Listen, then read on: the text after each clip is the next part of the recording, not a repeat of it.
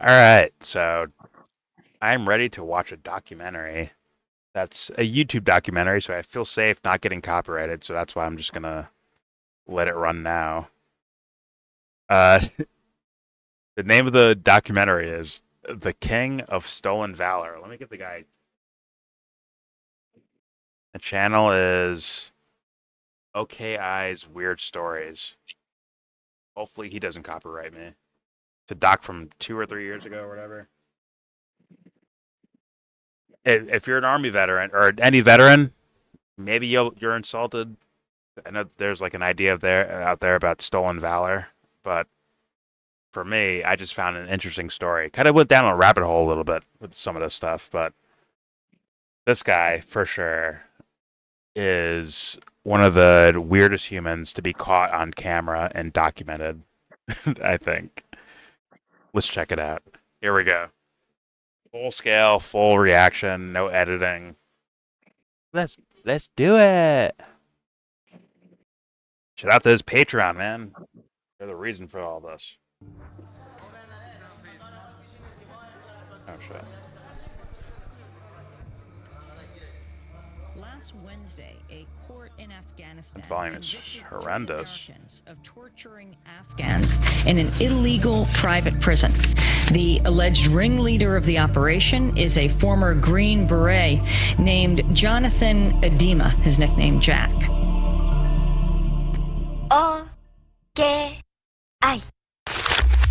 Meet Jack. This is Jack in Afghanistan holding an AK-47 and riding on the back of a horse. Here he is on the night of his wedding, flanked by 2 security guards with his bride in his lap.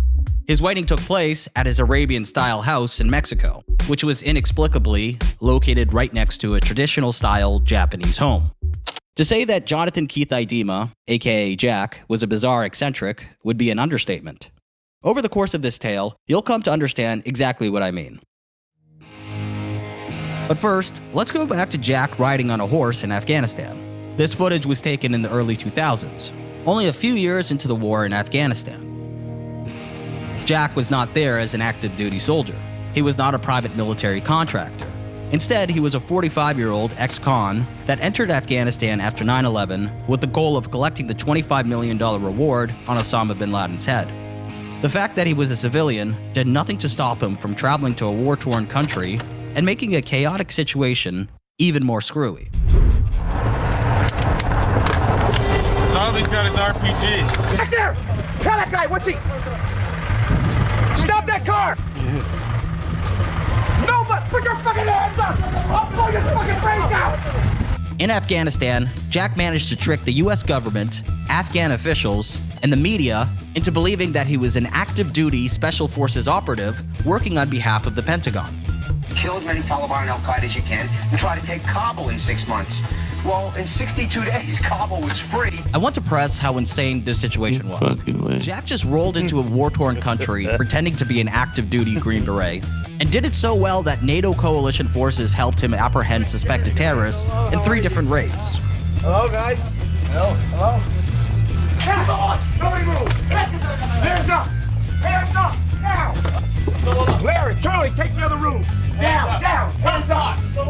Eventually, things went way too far after Jack created a fake paramilitary group called Task Force Saber 7, rented a property which he turned into a private prison, and started torturing Afghans who he suspected to be terrorists.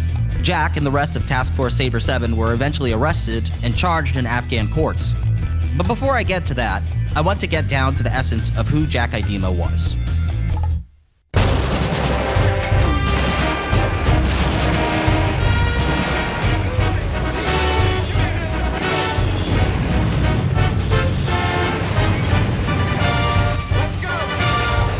This was the movie that changed everything for Jack.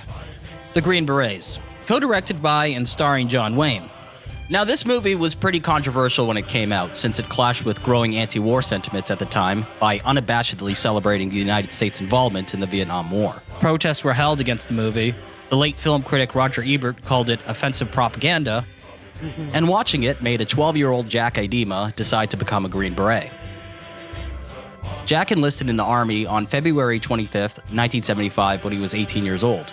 Although he achieved his dream of becoming a Green Beret, His military career was turbulent and short-lived. During Phase 1 of his Special Forces qualification course, he was caught stealing. His commanding officer wrote that he had an irrational tendency towards violence after he attacked another officer. In an evaluation report, a captain described him as, quote, without a doubt, the most unmotivated, unprofessional, immature enlisted man that I have ever known. Jack's stint in the Army lasted 3 years, and in the end, he was honorably discharged and banned from ever re-enlisting.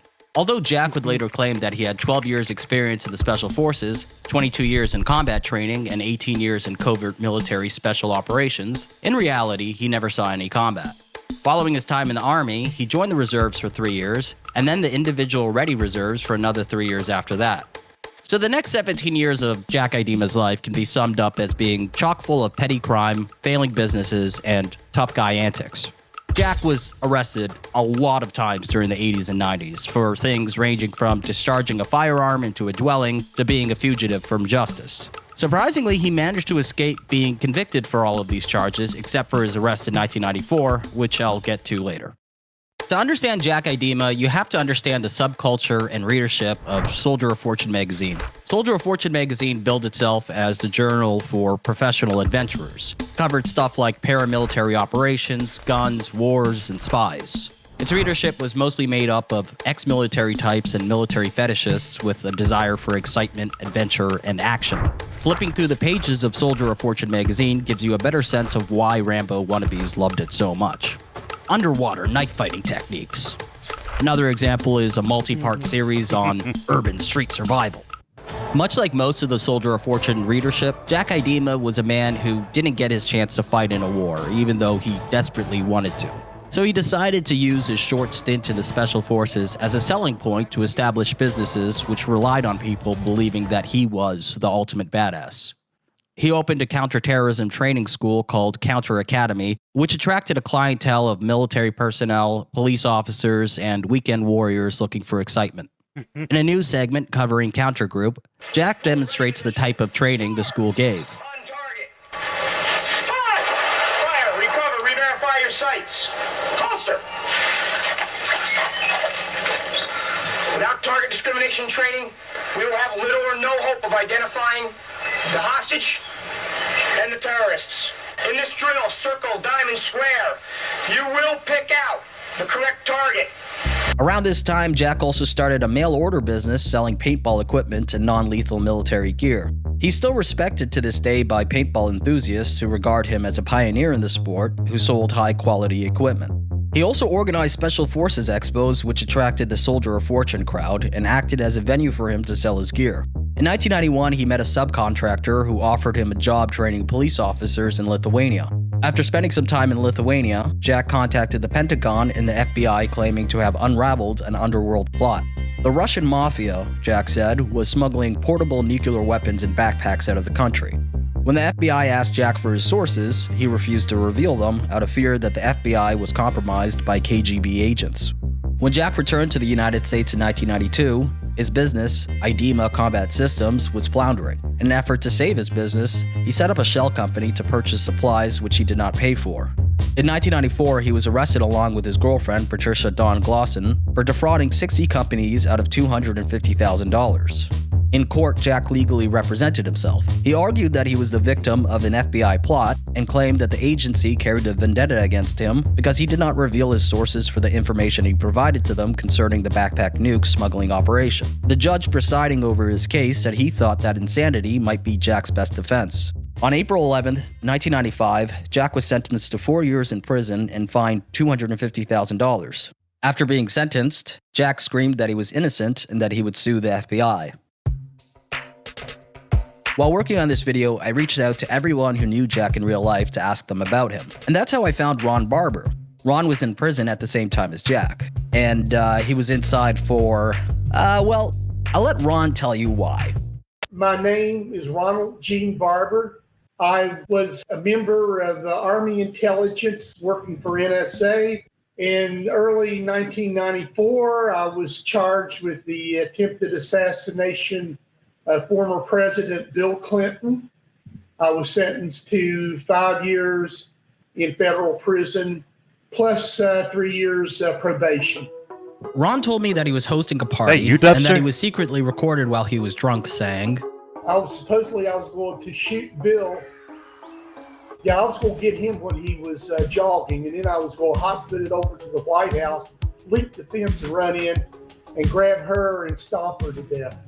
found guilty of making threats against the president, he was sent to a prison where he met Jack Idema. So you told me before the last time that we talked that you and like a group of people that he kind of put together in prison, you guys were all filing lawsuits, and I think you mentioned that one of them was like an attorney. Some of the guys there that were on this legal team of Idemas really were lawyers. In fact, one of them was a former senator from New Jersey, state senator, not a U.S. senator. Idema, he had a good legal mind. He was suing everybody that I guess he ever met in his life. Idema was just to be spiteful and be vengeful. He would, they'd put him on, maybe send him to the mess hall, put him on pots and pans, and he would sue the guard that gave him the detail. He made himself very unpopular with the prison administration and the guards, but very popular with the inmates. And he always wanted to do that. He always wanted to stand out in the crowd and be noticed and be a hero, so to speak. And Ron's right. Jack's life's mission was to be seen as a heroic, larger-than-life badass, which is why between filing numerous frivolous lawsuits and appeals from his prison cell, he was also occupied with trying to adapt his life story into a feature film. Jack wanted to find someone who could tell his story the way he wanted it to be told. In other words, the story he wanted to be told was like fan fiction of himself. In his version of events, he possessed a storied history full of top-secret operations, which were so hush-hush that they were scrubbed from his military record. According to him, he was, quote, one of the only 24 elite super-secret Hwa-Rang Do warriors clandestinely trained at Fort Bragg. He said he had top grades in every subject and was on his way to Harvard Law before deciding to become a Green Beret. He was also a part of the Army's top-secret SOT course, where they trained their elite ninja-type commando teams. So Jack really wanted to adapt his story into a film, and it was while he was in prison where he finally found an in. He met an award-winning CBS journalist and documentary filmmaker named Gary Skirka, who paid him a visit after reading about him in an issue of Soldier of Fortune magazine. In Gary Skirka, Jack found a documentarian who promised to share his story with the world. This is a story of perseverance and patriotism, friendships and devotion to duty, and treachery at the highest Now, if I levels called of this the full United out, I'd be like, States yo, government. this doesn't make sense. Shut up, YellBro, you don't know what you're talking about, you're They fought anti-American. the brave. They were wrong. Now Keith Idema is out and ready to tell I'm the just world saying. his That's how I remarkable feel. story. It may not After be the 3 case. years, Jack was How I released from feel, you know what I'm prison saying? on September 16th, 1997, and he returned to Cumberland County in Fayetteville, North Carolina. While working on this documentary, I was given access to a vast amount of Jack's personal files for the purposes of this project.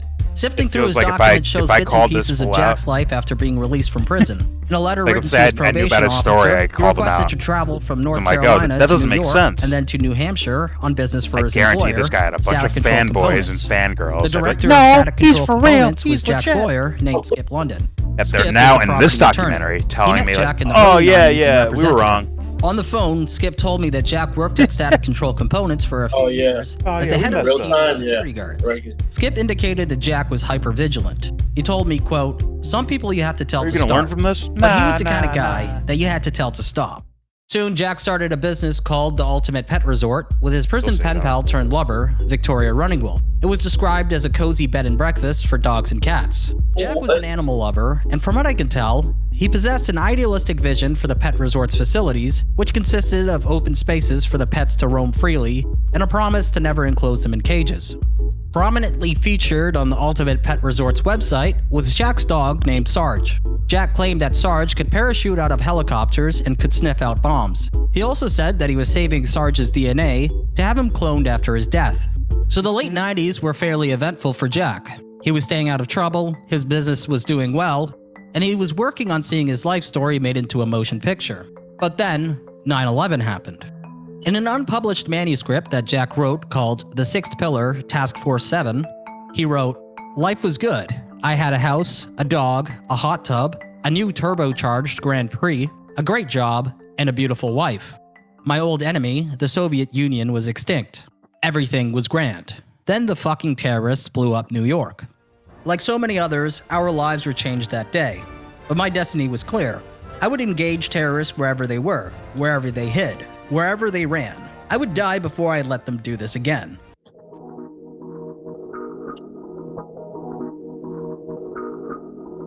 In order to enter Afghanistan, Jack contacted a humanitarian aid worker and Vietnam vet named Ed Artis.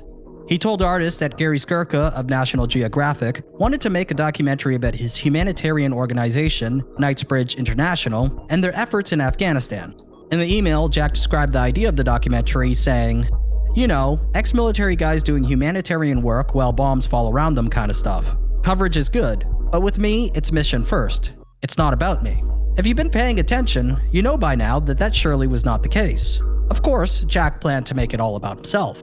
As Robert Pelton writes in his book, License to Kill, Jack had never been to Afghanistan or been seriously involved in humanitarian work, but saw an opportunity to use the lens of a documentarian's camera to record for posterity all the heroic deeds he intended to commit, or at least dramatize. It wasn't long before it became obvious to Ed Artis what Jack's intentions for the project were. According to Artis, when he first met Jack, Jack announced that he wanted to, quote, "kill every fucking Afghan I see." He recounts that Jack tried very hard to make himself the star of the documentary and said, quote, "he's the dumbest fuck I have ever met." Artis recalled a time when Jack pushed a humanitarian aid worker out of the way so he could pose for a photo op with an expensive EKG machine meant to be delivered to those in need. Eventually, Artis became fed up with Jack's behavior and told Gary Skirka that he would not participate in the documentary unless Jack stayed away while they were shooting it. On November 11, 2001, Gary Skirka was badly injured by shrapnel from an artillery blast and was medevaced back to the United States a few weeks earlier than he planned to leave. A reporter named Tim Friend said that after he and a group of others carried Skirka to safety and dressed his wounds, Jack arrives with a cameraman. Quote, "Just when we finished dressing Skirka's leg, Jack runs up screaming. He rips off the bandages and redresses the wounds. Basically, he was acting in front of the camera. With Skirka gone, there was no documentary left to work on. Jack was only there as a security guard, not a filmmaker, and Ed Artis wanted nothing to do with him. Sometime later, Ed Artis faxed this warning about Jack to the US authorities. This man is a very dangerous person by virtue of his carelessness and stupidity. And before he gets someone killed, possibly me, or someone traveling with me inside Afghanistan, he needs to be removed from the area."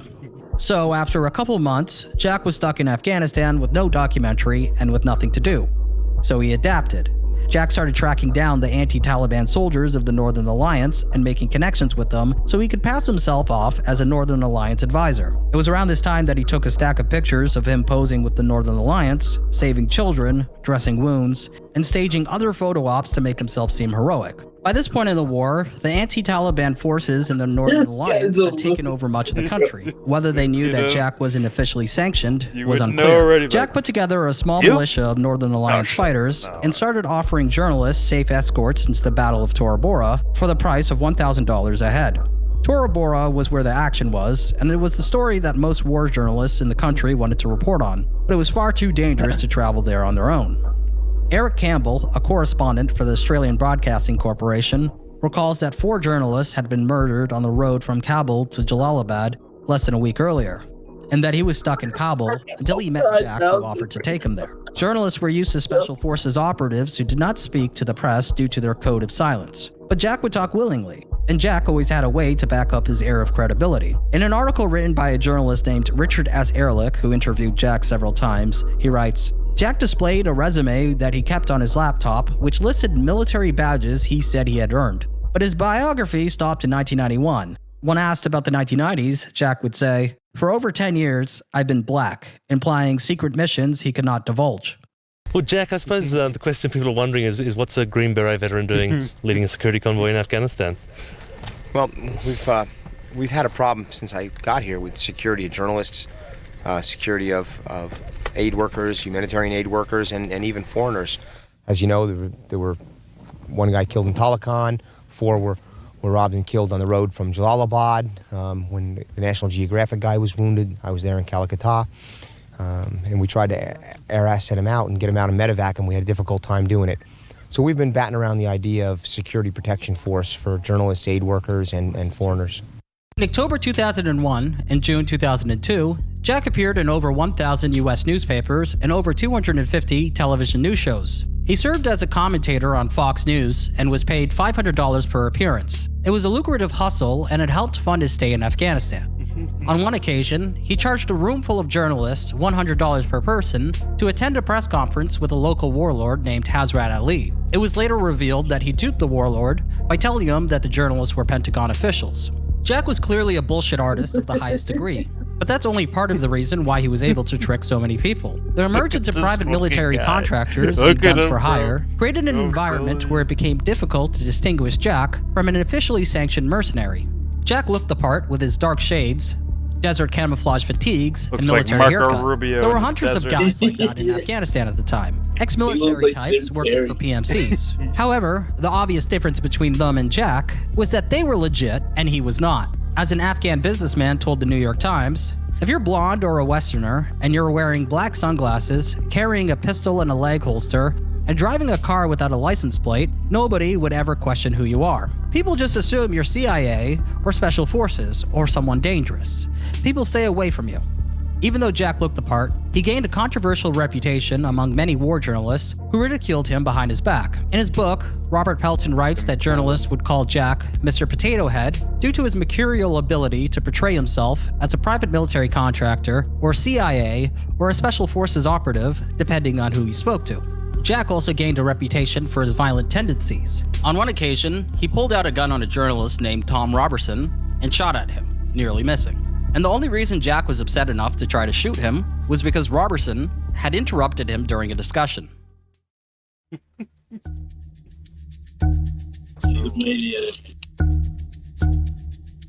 Jack would often show up at the Intercontinental Hotel where most foreign journalists stayed and regale them with tales of how he helped organize the operation to topple the Taliban.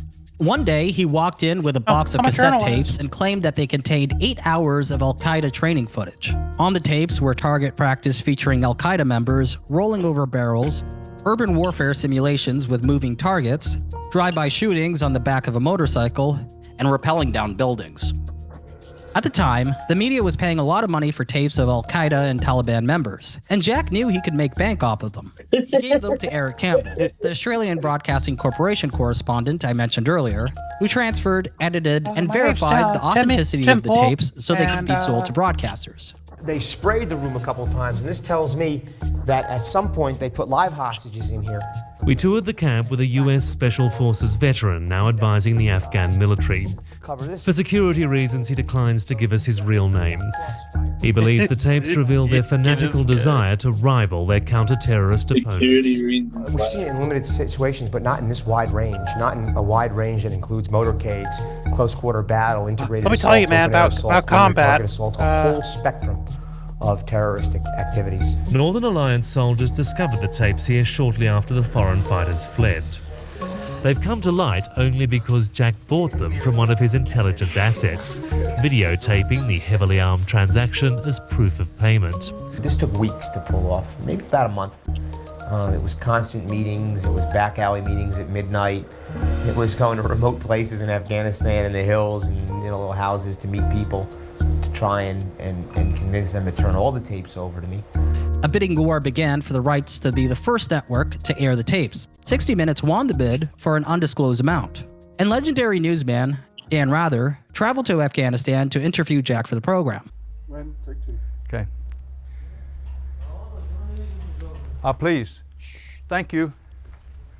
Thank you.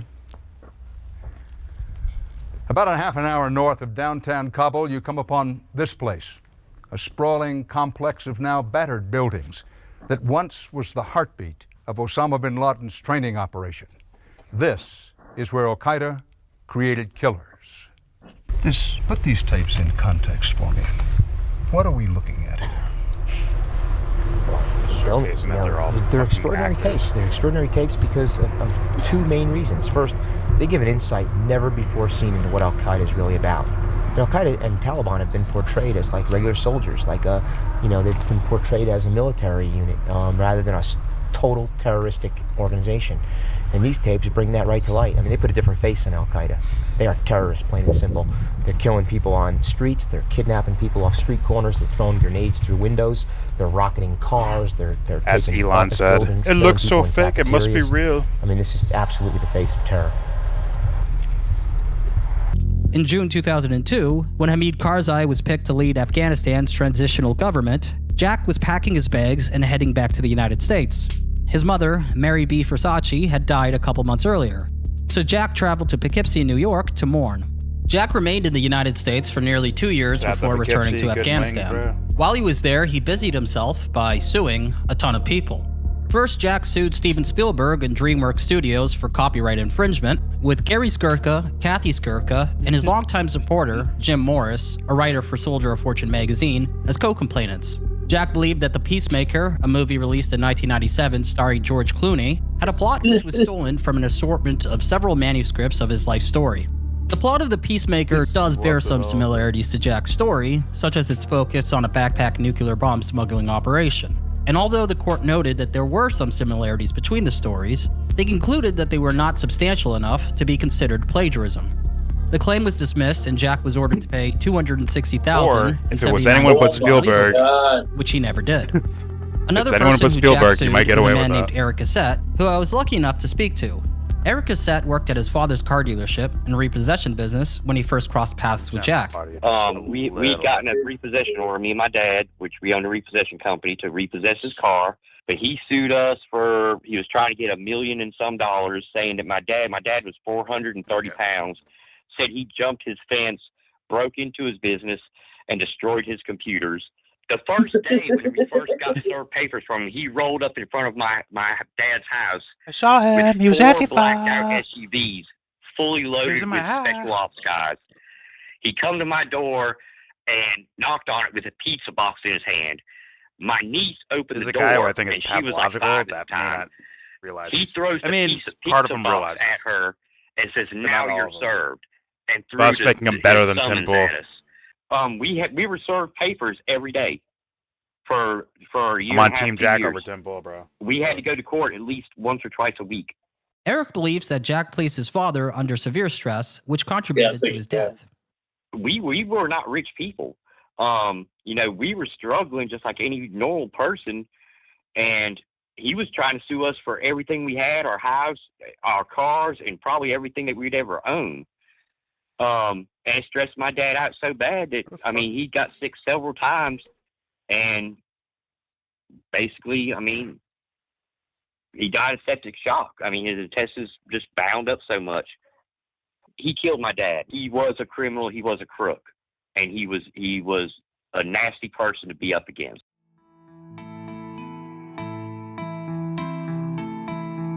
Around this time, Jack reconnected with his hero, Robin Moore.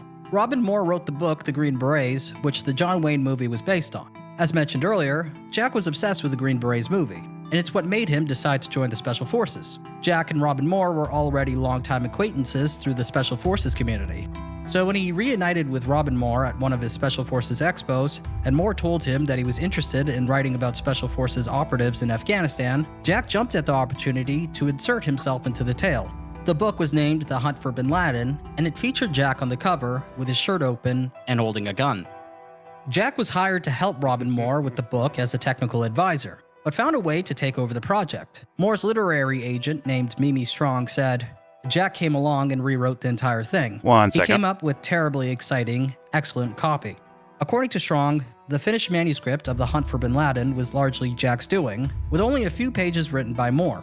In the book, Jack is characterized as a one-man army, an ex-Green Beret operating independently of Central Command, who interjected himself in America's war on terrorism as an advisor to the Northern Alliance, and who was the only person collecting actionable intelligence on the ground. Jack claimed that he nearly captured Osama bin Laden, that he thwarted al-Qaeda plots to kill Hamid Karzai and Bill Clinton, and that, quote, in March, standing in the middle of a Kabul street armed with a Russian assault rifle and 600 rounds of ammunition, Jack held off Islamic fundamentalists for 4 hours as they tried to take 18 foreign citizens hostage. The Hunt for Bin Laden was released on December 2nd, 2003, and quickly became a bestseller. It was marketed as the first insider account of the war in Afghanistan. Due to Robin Moore's health issues, Jack took the reins of the book's promotional tour. In media appearances, he was described as a Green Beret working as an advisor to the Northern Alliance.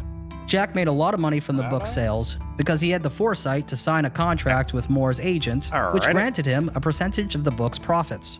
Jack also slipped a list of charities into the book, which purported to be for Special Forces operatives, their families, and for the people of Afghanistan. In reality, the donations were sent to Jack's P.O. box and bank accounts. He was later subpoenaed by the U.S. Attorney's Office and charged with mail fraud. Although the book was a commercial success, it received harsh criticism for its lack of credibility. Among its critics were Ed Artis, the Special Forces operatives who Robin Moore interviewed, and many others. Behind the scenes, Jack was outraged that people were publicly questioning his carefully cultivated image of faux legitimacy. He believed that they were damaging his reputation and that they were the reason that Fox News parted ways with him as a regular commentator. In typical Jack fashion, he sued all of them, including his former hero, Robin Moore, Moore's girlfriend, Chris Thompson, and Thompson's parents for $4 million in damages. And he even sued Fox News for letting him go as a commentator. However, most of the lawsuits he filed were dismissed in court. Fox is like, During we'll a take deposition, anything. Chris Thompson Support our said that narrative. Jack's behavior was disturbing and erratic. He recalled seeing Jack destroying the inside of his own house with a samurai sword. He also said that he witnessed Jack choking his girlfriend during a fight, and that Jack forged a letter using Fox News stationery in order to submit it as evidence in his lawsuit against them.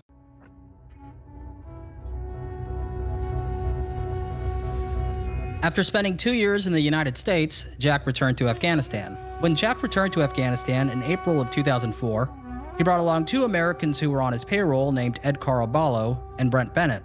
Ed Caraballo was a CBS cameraman and 4-time Emmy Award-winning journalist. Brent Bennett was a 28-year-old former paratrooper who met Jack in Fayetteville, North Carolina. Jack had a lot of money banked up from the success of the Hunt for Bin Laden book, as well as from fake charities he inserted into its pages, and also from the settlement money from his lawsuit. So as soon as he landed in Afghanistan, Jack rented a house in Kabul to turn it into a headquarters for his own paramilitary unit called Task Force Sabre 7.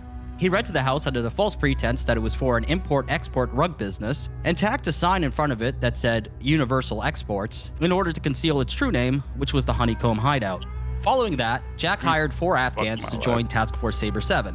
One of the men he hired was a translator named Abdul Wahid, who was sent to Jack by Afghanistan's then defense minister, Mohammed Qaim. Jack had a lot of high-level contacts in Afghanistan, but we'll get to that later. Jack had imitation US military uniforms made to outfit his paramilitary group, and he also bought weapons. And with that, the hunt for terrorists and Osama bin Laden was on.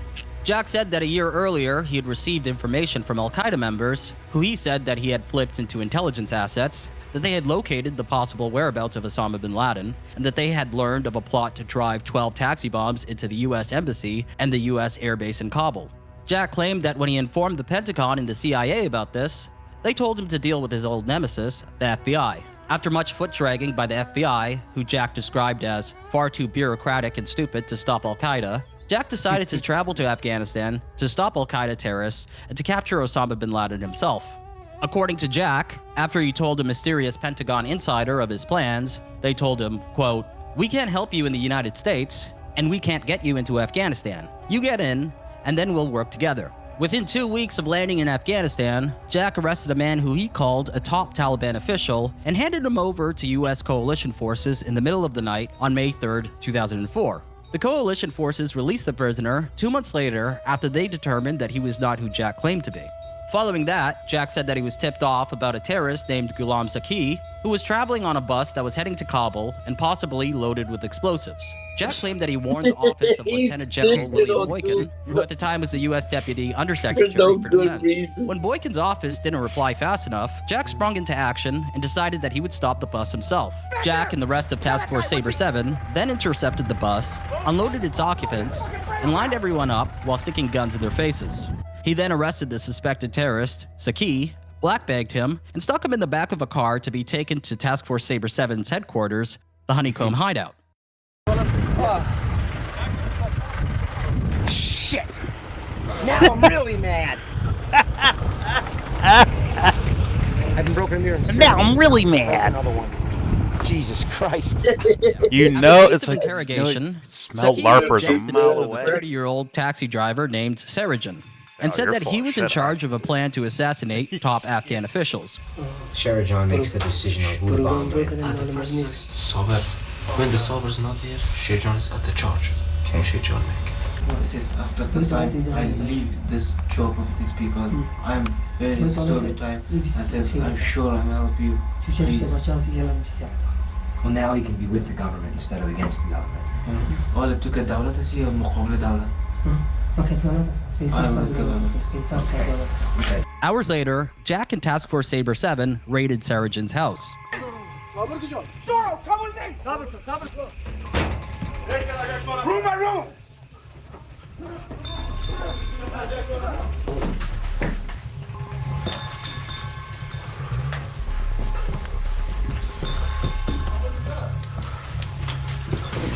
What's this hiding in your rice bag for? What's that hiding in your rice bag for? دقات برنج ضروري است گیرم آدی. A whole bunch of shit. دقات برنج ضروري است گیرم آدی. Magazines too. It's a guy who watches shit on TV and he's acting it out with real Inside people. Sarajan's house, they found some traces of explosives. I want to laugh, but hidden it's inside of a rice heartbreaking bag. too. In the footage, Swedish and German coalition forces inspect Sarajan's house. Later, the bomb disposal team searches Sarajan's Some dude taxi, stomping around and your they find neighborhood, more explosive residue. and you find Then out he's Jack not took actually a Sarajan to cop. Honeycomb He's just some hideout. guy. He said You're that like, he what? then spent 18 to 20 You hours find out a it's day just Dubster interrogating his two patrolling your prisoners, neighborhood and shit. attending meetings with Afghan security officers like, and yo, government what the officials. fuck? Jack repeatedly asked his prisoners who their targets were. The two names that are brought up are the former Afghan Minister of Education, Yunus Konini, and Afghan Defense Minister, General Mohammed Fahim. In footage reported by Jack's cameraman, Ed Caraballo, don't worry, it the gets former stranger. Afghan Minister of Education thanks Jack for thwarting the attempt on his life. And I'm thankful for your what you have done, especially in this kind of operations.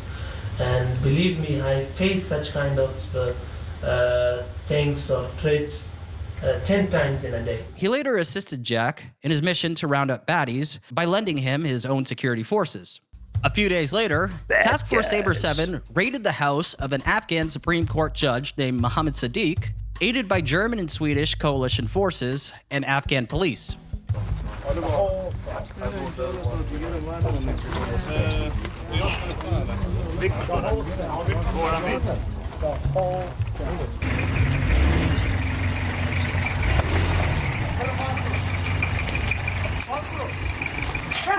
Nobody move! Hands up! Hands up! Now! Hands up! Larry, Curly, take the other room! Everybody, hands up! Nobody moves! Hey! Down! Down! Hands up! Imagine you're that desperate to be a part of something. Tell me now! And now, hopefully, people, just by seeing the extreme versions, like, okay. Imagine someone's like that, but like Inside a Sadiq's couple home, degrees they less found than a what he poster is, of a right? terrorist He's leader, he's as jacked well up as to level 10, explosives, right? detonation devices, Imagine and like a on little bit schematics. less invested mentally. For record, for bombs, explosive. After arresting Sadiq, as well as his two brothers and three additional men, Jack dined with the Kabul police chief, Baba John, as well as the head of the National Directorate of Security, NDS, which is Afghanistan's intelligence agency, and the Minister of Education's brother.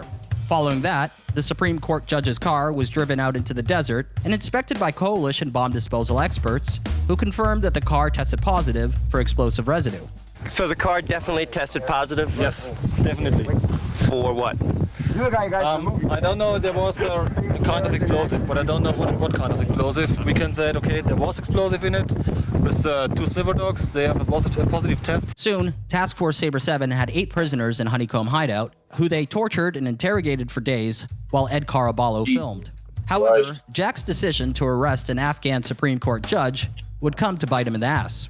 Wanted posters with Jack's mugshot were displayed all over Kabul by U.S. authorities. This development enraged Jack, who immediately called the office of Lieutenant General William Boykin and threatened to go to the press if the wanted posters were not removed in 12 hours. You think I would rob prisoners a problem? When they find out that the guy that captured all the terrorists that were going to blow up Bagram, you should be giving me a fucking DSM. Instead, they're putting a wanted poster out for me. You I don't know what happened. The Georgia supervisor, actually, and I don't know what happened. On July 5th, 2004, the Honeycomb hideout was raided by Afghan police forces who arrested every member of Task Force Sabre 7. They were arrested after Jack called Kabul police chief, Baba John, to turn over the prisoners. After the raid, the police found 8 Afghan men, some hanging by their feet, bound and hooded in Task Force Sabre 7's HQ. They also found torture equipment, bloody clothing, handcuffs, and blindfolds. The prisoners said that they were tortured and forced to confess to crimes that they had not committed. After Afghan police arrested the members of Task Force Sabre 7, they were taken to a jail run by Afghanistan's Intelligence and Security Service, the NDS. Jack and his cohorts all claimed that they were taken to an underground torture chamber and were subsequently tortured by Afghan officials.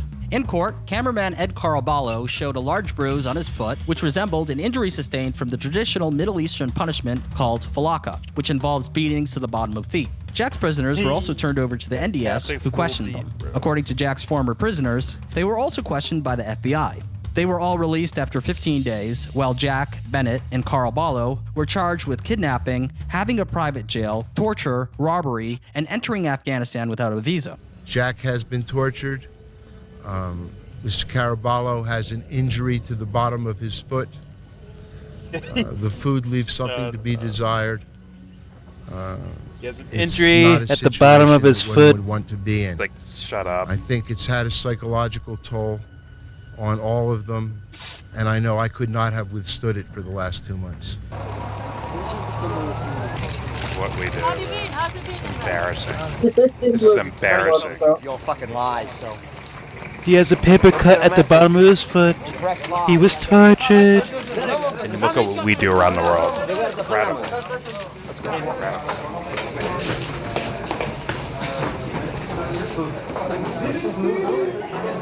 Jack, who are you working for, man? We were working for the U.S. Counterterrorist Group and working with the Pentagon and some other federal So you were agencies. with U.S. government knowledge. We were in touch with the Pentagon sometimes 5 times a day at the highest level. And they helped him. They've denied that. They've denied If he tricked them and helped, and the Pentagon helped him, he's not lying anymore, right? Correspondence and tape recorded He could have initially been lying, but now. Why did the coalition put out that email denying any knowledge, denying that you had any links to U.S. military, U.S. government?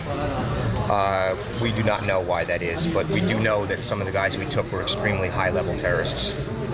How do you feel about being sort of let go by the Americans? You can't use that quote. Well, there you go. That's the quote, my dear. The trial began in late July 2004 in Afghan courts. Ed Caraballo, who was a documentary filmmaker, expected amnesty due to his status as a journalist, but none came. It was argued that since Caraballo was being paid by Jack, he was not working in the capacity of a journalist. However, human rights organizations argued that the men would not get a fair trial due to how new the Afghan legal system was, as it had only been established that same year. Here's Caraballo's lawyer speaking about the state of the Afghan legal system in 2004. There is not a fully developed legal system yet. The International Commission of Jurists commissioned a study that came to that conclusion. Amnesty International has expressed concerns. Human Rights Watch has expressed concerns. With that as a foundation, this was not a trial. There were hearings that were scattered about. The rules that have been generated in Afghanistan were not followed. The trial was a mess. There was only one good microphone, which was passed along to whomever was speaking. Jack smoked cigarettes, made constant interruptions, and often stalled the proceedings by making statements to the press. The judge's behavior was questionable as well. He interrupted the defense team's lawyers, telling them that they could not read their full statements. None of the witnesses were cross-examined. None of the 3 Americans were given copies of their charges in English. Brent Bennett did not have a lawyer, and Jack was not permitted to choose his own translator. During the trial, Jack's former prisoners testified that they were apprehended by gunpoint, forced to wear thick black hoods, held prisoner, and tortured by Jack and his task force. They said that they were hung by their feet and doused with extremely hot and cold water, and also starved and waterboarded. One former prisoner pointed to Jack's cameraman, Ed Caraballo, and said that he tried to suffocate him with a plastic bag. A torture victim named Saki said that Jack and his cohorts beat him before they even questioned him. He said that he repeatedly told Jack that he did not know how to make bombs, and in response, Jack tortured him in the shower with hot water. After they threatened to kill him unless he spoke up, he said that he blurted out the name of Sarah John, who he said he knew since he was a child. There was a sense that the three Americans were left out to dry by the US government, which chose to let them be tried under the Afghan legal system instead of extraditing them and letting them stand for trial in American courts. The most likely reason for this was that Jack and Task Force Sabre 7 were arrested for detaining and torturing individuals at the worst possible time. Only a few months earlier, in late April 2004, news broke that Iraqi prisoners at the Abu Ghraib detention facility were being severely tortured by US military personnel who could be seen in appalling photographs casually smiling while humiliating and abusing detainees.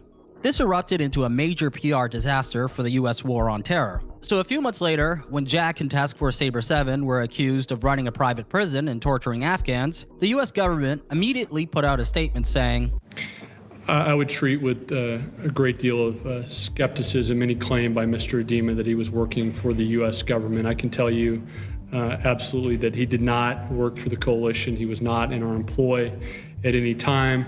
We did not give him taskings or missions. However, Jack adamantly claimed that he was working with the CIA and the US Defense Department in order to catch suspected Al-Qaeda agents and turn them over to US or NATO forces. For example, we were in contact directly by fax and email and phone with Donald Rumsfeld's office, with the Deputy Secretary of Defense for Intelligence, and with Heather Anderson, 4-star flag officer level at the Pentagon. Jack also claimed that the FBI had confiscated hundreds of documents, videotapes, and files which he could have used as exculpatory evidence. And surprisingly, this was true. The FBI, which, from what I understand, shouldn't have any jurisdiction in Afghanistan, seized all of Jack's materials and held on to them for 21 days. Additionally, there have been problems with reviewing the evidence. These problems were made worse and the integrity of the evidence compromised by the Federal Bureau of Investigation agents removing the evidence and holding it for 3 weeks. Once the FBI got there and looked at the evidence, they then found out by the documents that there were tons of documents that showed contact between us, the Pentagon, the CIA, and the FBI, and ISAF. Us, the documents and videos showed that we were in phone conversations, in meetings, and there were lots of documents back and forth between us, the CIA, the FBI, and the Department of Defense. The FBI eventually returned Jack's material midway through the trial, but he and his defense team claimed that a lot of evidence was missing and or damaged. Jack believed that his arrest and subsequent sentencing was due to the FBI's vendetta against him. After the FBI returned some of his materials, Jack tried to present his case in court that he was in fact working on behalf of the US government by showing tapes and other files. One tape showed that Jack was in contact with the office of Lieutenant General Boykin, former US Deputy Undersecretary for Defense. On the tape, Jack speaks to Lieutenant General Boykin's secretary, George Shim, who promises Jack that someone from the DIA would call him back on his cell phone. Tell General Boykin that you called. I gave him the information. Well, I'm going to have someone at DIA contact you on your cell number, all right? Just give me a couple minutes. George, I am taking out the whole cell. I'm telling you, you're not going to believe it. It's so funny how I did it. I walked in one bomber to the other bomber, pulled off his mask, and said identify. I'm going to put Jim Crown on the phone, Jack, while I call DIA, and you talk to him and you tell him. All right, tell him to call me. Here, call me back. Tell him to call me back on this number, because I'm low on bucks. I'll tell you. Bye. In another clip, Jack spoke to an employee from Lieutenant General Boykin's office after wanted posters of him were put up around Kabul. During the call, Jack was told by an unnamed official that they wanted to put a firewall between Boykin and Jack in order to shield Boykin away from press scrutiny and criticism. So we were trying to put a firewall between your efforts and him because we didn't want to connect anything there, and there's no need to do that because he has no influence what you're doing. And I'm so with you on that. I am so on your side on that. I am so much a believer in that. I only started talking to your office because I love that man. I think he's probably one of the greatest men that America has ever had. However, Boykin's office claimed that Jack's communication with them was vastly one-sided and sporadic. He was trying to establish a relationship with them, which they weren't interested in. It's unclear if the US government was being entirely honest about their involvement with Jack. Of course, he wasn't officially sanctioned to do the work he was doing, but it's obvious that the US was aware of Jack's activities well before his arrest, and were at least permissive of his operation until he became a PR disaster. Here's the facts. ISAF denied that they had any connections to Jack for 3 weeks before finally admitting that they accepted a prisoner from him. ISAF assisted Jack on 3 different raids. and Jack called up the Pentagon frequently to tell them what he was up to. Does this mean that Jack was truly a top secret, covert, special forces big boss working for the Pentagon? No, not at all. Instead, what I'm trying to highlight is the questionable and guarded stance which the US government undertook when shit hit the fan. Although it can't be proven that the US government supported Jack's mission, it is clear that Afghan officials did. Despite being charged with entering the country illegally, there's footage of the 3 Americans landing in Afghanistan and being greeted by Afghan officials. They land in Kabul. Ed, who is doing a documentary, documents the entire thing on video, including handing over passports, filling out disembarkation forms. The head of the airport, a man named Haji Timur, hugging and greeting them.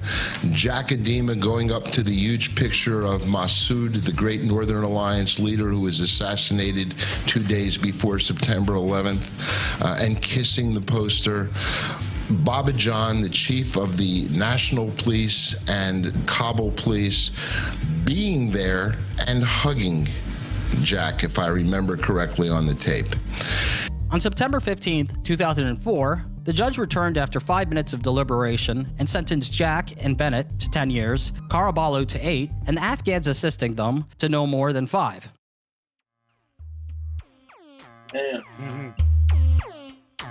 This was Jack's cell in Policharki prison. Jack, Bennett, Caraballo, and their Afghan translator were isolated in one wing where they enjoyed a plush prison experience. They had a laptop, a phone, private bedrooms, bathrooms, satellite TV, plenty of alcohol, and a small staff of assistants, so their surroundings looked more like a suite than a prison cell. However, it wasn't always easy living. On 3 occasions, riots broke out inside of the prison. 4 guards and 1 Afghan member of Task Force Sabre 7 died in a firefight while protecting the 3 Americans. Bizarrely, it was the Supreme Court Judge Mohammed Sadiq, who Jack arrested and held prisoner for 12 days, that arranged for his cozy conditions.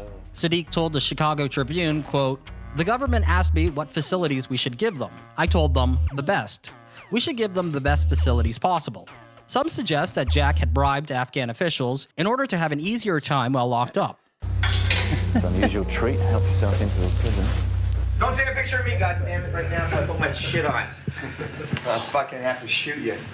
Alright, how are you? Good. The place is a little fucking messy right now. This is Esmarai, Major Esmarai, with first base of the Panjshir. Hello? He was one of the guys captured with me.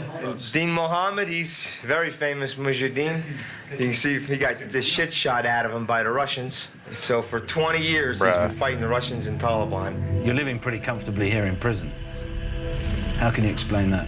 Northern Alliance. Do you think I'm a prisoner? I think you're an unusual form of prisoner. You think I'm a prisoner? Do you think I would really spend 5 years here?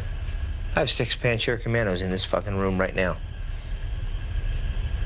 I could walk out of this prison in one snap of my fingers, and that is no bullshit. If I snap my fingers tomorrow, 1,000 Panjshir soldiers will come over these walls, and they'll kill every motherfucker in this prison. You know what I can do right now? You know what I can do? While in prison, Jack started a website called Super Patriots and began publishing write-ups which promised to tell the real story about his case. He also posted photos, recipes, and videos. Some of these videos still exist on a YouTube channel with several clips of Jack getting drunk while in prison. Action. Superfly! Who's your daddy? Who's your daddy? I'm your daddy. Hey, your mama. I'm your daddy. Superfly. Go to Joe Cartoon side, cause I'm your daddy. Superfly. I'm your daddy. Who's your daddy? Who's your daddy? I'm your daddy. You're cut. During his stay in prison, Jack predictably occupied much of his time by filing numerous lawsuits and appeals. Quote, Adema's attorneys filed a lawsuit in Washington in 2005 challenging his detention. Adema accused the State Department and FBI of illegally keeping him imprisoned in a deplorable Afghan prison, directing his torture, destroying evidence, and ultimately trying to have him killed. He said he had audio recordings and documents to back up his claims.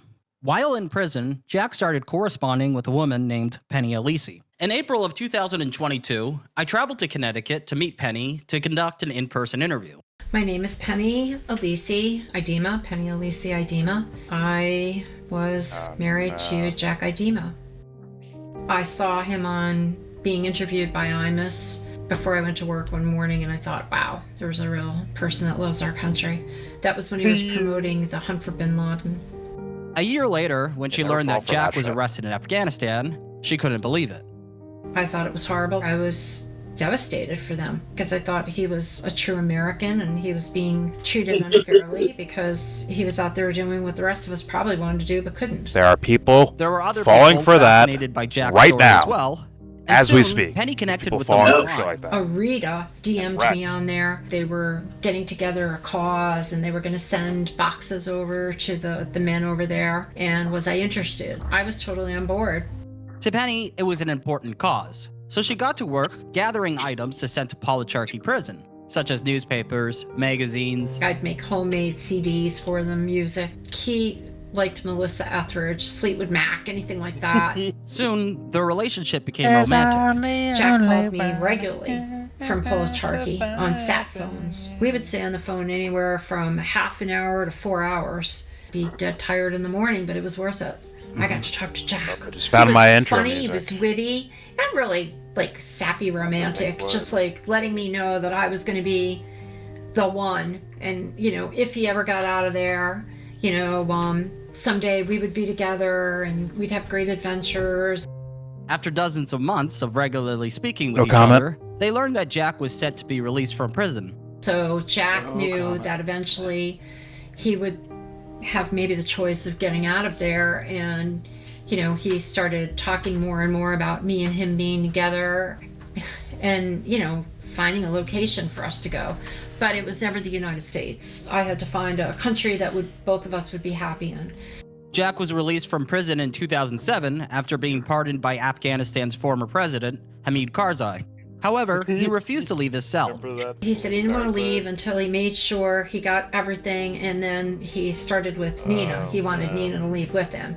And They pardoned this fool. that seemed like a As a virtual favor to the United impossibility. States, for sure. How could you get a They dog don't want out of no paperwork on Afghanistan? Nina was a dog who Brent Bennett found in prison and took care of. After Bennett and Caraballo were released from prison, Jack decided that he would send Nina to Penny, and he actually managed to pull it off. From his prison cell, he sorted out Nina's vaccinations, travel arrangements, and for her to be microchipped. You know, he asked me if he sent Nina to me, would I take care of her? And of course. The first time I met him, I was so excited. I got there and Wait for was it. like dum dum da dum. All I could see was him. Wait for it. Again, all I could see was him. A bad dye job. He was sweating, and I could see little beads of hair dye. And I thought, Wait for it. yikes. Wait for it. Yikes. You Wait know, for it. he's got like hair dye, sweat, and he's shorter than I thought. And on the phone, he would always laugh and joke when he was calling me from Policharky about how people would make fun of him because they said he was so short and he never was short. And I thought, he is short. He's really short. So anyway, so I was all excited to see him, and I just looked at him. To save and he just biasness, she might have a started reason being for shitting Jack. on him. He started being Sad. loud, obnoxious, showing off. And we Sad. had gone to this hotel on the strip in Cancun, and I see him climbing up the building. And I'm like, whoa, what's he doing? And he didn't stop. He just kept climbing up the building like Spider-Man. You know, and I looked at the people around me now are looking, and I just met him. So they're like, is that your boyfriend or your husband or whatever? And I'm like, yeah. And they're like, what's he doing? I'm like, he forgot the keys. He's getting them. And somebody said, common sense, why doesn't he just go to the front desk? I'm like, yeah, I don't know. I go, it's the way he is. He got in. I need got the everyone to keys, see me. and, See me. You know, most people would go down. Nope. And guess He what? had come I still down like Jack the same more way he than went up. some of these and other now I'm dudes out totally here. freaking out. I'm embarrassed. I'm humiliated. And he's But like, he needs to be seen. everybody He's a thinks diva, this bro. is cool. Let's be And real. I'm like, Guy's a fucking diva. this guy's fucked up. Soon, Jack rented a condo in Mexico, but in time, he was evicted from it after he was arrested for selling drugs. And I wasn't there when it happened, but it was over drugs. He was arrested. He was put in jail. We're so still like we're not I that got the crazy money yet, together, Anthony. This is kind of normal. And so I far. wired it and got him out. Typical Jack. Didn't tell me what happened. Didn't thank me. Just told me that another fucking problem. That's exact words. And that was when I was getting sicker, and he decided that I had to have been getting sick from the air conditioning down there. And that was when he decided that he was going to start a lawsuit against the condos. Now, he just got out of jail there at that condo where he just started trouble, and now he's going to sue them because I'm sick. Nothing was making sense. It was insanity. The next thing I knew, he's on the phone telling me, well, I'll have to put that on hold now because now I got to get out of here real quick. They want me out. Fuck them. I was going to leave anyway, but I'm suing them all. And I'm like, oh my God, where are you going? He goes, well, I met this guy, Gringo Dave, who's got a really great mansion in Bacalar. He goes, it's in the jungle. It's still in Mexico, right? He goes, yeah. At the time, there was one road in and one road out. And it was a 3-hour drive in each direction. So he went down there and he fell in love with the place. And of course, it needed a lot of repairs, a lot of renovations. Jack worked night and day. He did everything to get that place into the place he made it finally. And it was a lot of work. He put in a complete plumbing system from the lake. There was maids coming and cleaning it twice a day. There was a housekeeper, there was bodyguards, there was a really good security system. It was great. It was beautiful. And one of the main things that he was obsessed with was keeping us safe. But he wanted to have broken glass on top of those walls with barbed wire and all that because he was always afraid somebody was going to try to scale it and come in and hurt us. We would have drills, but I would never know when they were coming either, just to make sure I was prepared. In the middle of the night, he would clap his hands like at 2 a.m, wake me up, say, we got to go, somebody's coming in. I didn't know. And he'd be like, we got to get right away, somebody's coming in. And he had a gun underneath his pillow, and he grabbed the gun, and it was, we're running down the steps. And of course, in the beginning, I thought it was real. And then I realized it was just drills just to make sure we were prepared, because as the walls got higher, the paranoia grew with it. He would put a gun in a baggie to go take a shower. Nothing made any sense. In his mind, it was all perfectly normal, but it was just more paranoia on top of paranoia. One of the only videos featuring Jack that's publicly available is called Jack Idema Christmas Katana. In it, he studies the blade in his backyard. He'd be out there with a sword like that, and if I didn't play with him, that's what he would say, come on out and play with me with your sword. Like little kids, you get dressed up and you play whatever, cops and robbers will play swords. Get dressed up in your sword outfit. So I would stand out there for a few minutes, play swords, and then just put the sword down and go in the house. And he'd start screaming, yelling, ranting, raving, and run around and start chopping everything up. And then he'd put the music back on and play swords by himself. It was around this time that Jack got started on his next business venture, a military air cargo company called Star Aviation.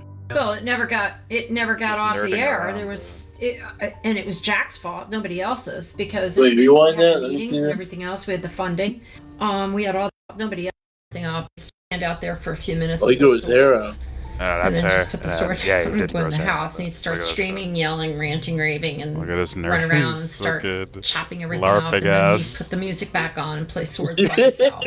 It was around this time that Jack got started on his next business venture, a military air cargo company called Star Aviation. On its own, it never got off beautiful. the air. There was, and it was Jack's fault, nobody else's, because everybody, we had the meetings and everything else. We had the funding. They turn into fucking dweebs. We had all the DOD clearances. And take other people out because of everything. their own fucking problems. Jack, as usual, their own, he had the attention I want you of to do a this. Second. I'm like, no. And everybody was I'll invested in this. They were totally on board. So what does he do? He just throws it all aside and decides to open up a boat thing, boat rides. Weeby, fuck off. He purchased a pontoon boat and started a company called Blue Lagoon Boat Tours. And he made a website for the business called Oceans11Mexico.com. The boat tours, it had to be based on Jack Sparrow. And, he had to act like, and he would actually stand in front of the mirror and act like that. Did I get it yet? Am I acting like him? Am I doing it right? Jack flew a pirate flag over his compound, and he also started going by the name Jack Black. That's because it sounded like a cool pirate name to him, and not as a tribute to the famed comedic actor. He needed ID to go get the electric bill, the utilities bill put in his name. So he couldn't think of anything, and then he thought black sounded really cool and dark, so he'd use it. By mid-2008, Jack had been living in Mexico name's for totally over a year, badass. and nothing Nope, was working so out. I'm now Star Jack Aviation Black. fell through, the boating business was not profitable, and he wasn't writing the book that he was given in advance for. Jack needed money, and luckily for him, he had a way to get it. His father, Herman John Idema, was 87 years old and in rough shape. Jack's father was born on August 21st, 1920, in Beacon, New York. He was a World War II veteran who fought in the Battle of Iwo Jima and became a builder and developer of exclusive neighborhoods in Poughkeepsie, New York. Jack was aware that his father would die soon, and he wanted to ensure that he would inherit his estate. They had a falling out when I took Mr. Idema, the older Mr. Idema, down to see Jack. They were fighting, and all Jack wanted was for Mr. Idema to just sign the building over to Jack. And John didn't want to do that to Jack. He didn't want to give Jack the building. He still wanted it in his name. Jack wanted to inherit a company called Isabeau Dakota.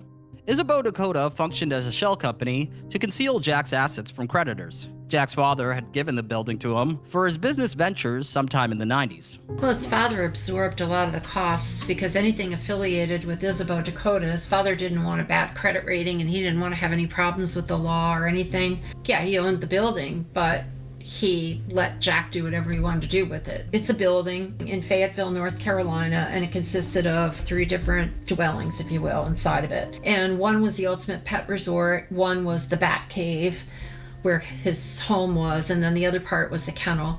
He rented it out to a church, and the plan is to get the church to renovate the whole thing, pay for everything, do it, and then evict them. That didn't happen at the end, but that was his plan. Jack came up with a plan to collect his inheritance. There were a few roadblocks which needed to be sorted out, such as his inability to step foot in the United States because of legal troubles. Therefore, Jack decided to get married to Penny in order to put everything in her name and to sidestep any legal issues preventing him from collecting his inheritance. On November 21st, 2008, Jack and Penny held a wedding ceremony at their compound in Bacalar. 3 days later, Jack's father died. Yeah. I was president, and then technically I was in charge of everything. And then obviously, if something happened to me, then the lawyers and Jack would have everything. Soon, Jack was living the lifestyle you'd expect from every insane, drug-addled American living in a compound in the Mexican jungle to have. Flush with the money he inherited from his father's estate, he started using large amounts of anything he could get his hands on, such as cocaine, heroin, and booze. His dealings with the bizarre demographics of people that were coming in and out made it not happy. And that was also when his drinking and his drug use was increasing. So yeah, I would say that's when it got really bad. In time, Jack lost interest in being intimate with Penny. He instead preferred to keep company with a young college student named Fernando and a transgender sex worker named Nancy. He started hosting all-night orgies at his compound, which he Anthony, advertised we're on nowhere gay yet. hookup sites. We're nowhere yet. How did you feel like when you actually realized that Jack was gay? I guess it bothered me when I saw him making out with going through all the making out with me like that. I just felt like I couldn't compete. I definitely can't compete with a man.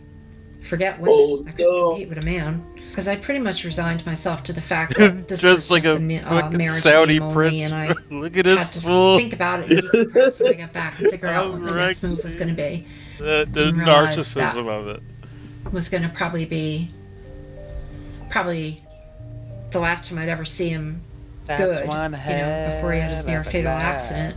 Penny left Mexico with the intention of never seeing Jack again. But then the exact same day that she landed in Connecticut, Jack got into a life-threatening car accident. In the hospital, Jack called Penny's phone and said this. Bueno? Hello? Hello? Jack there? Huh? Jack? Jack, oh, okay. Take the fucking board out. Listen to me. Can you hear me? Yeah, I can hear you. I leave everything to Penny. I need to manage it with her. Be good friends. I don't know about Nina. She was okay, but I think she's in the hospital too. I have a broken sternum, a collapsed lung, a broken arm, fractured T11, 12, 13, Damn, you're on the 14, phone like that? L 4 and 5. I have a broken right wrist, a broken clavicle. God damn. And I have a... Oh! I have. Forgive I have me. Forgive me concussion. for laughing. I have a fractured skull in the I'm front. so sorry. Right eye. I have. No, right eye's fucking. I'm going on with that. I fucking just put a patch on me in the fucking tomb. And listen, cremation, dude. I want to be cremated, okay? And if Nina dies, you put me in here in Sarge, okay? Okay. Trying to live in a movie. He's like, all right, okay. And tell Penny she was. Tell Penny she was right. She was right about everything. Her dream was right.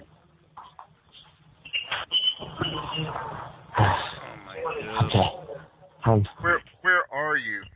I'm in the hospital. He's like, all right. I'm trying to get them to move me to a private hospital before I die because I have internal bleeding and they won't even look at it. I can feel it.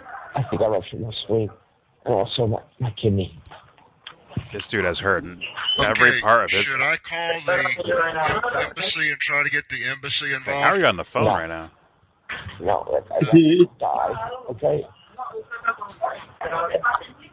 Just get a hold of Penny. This is the number.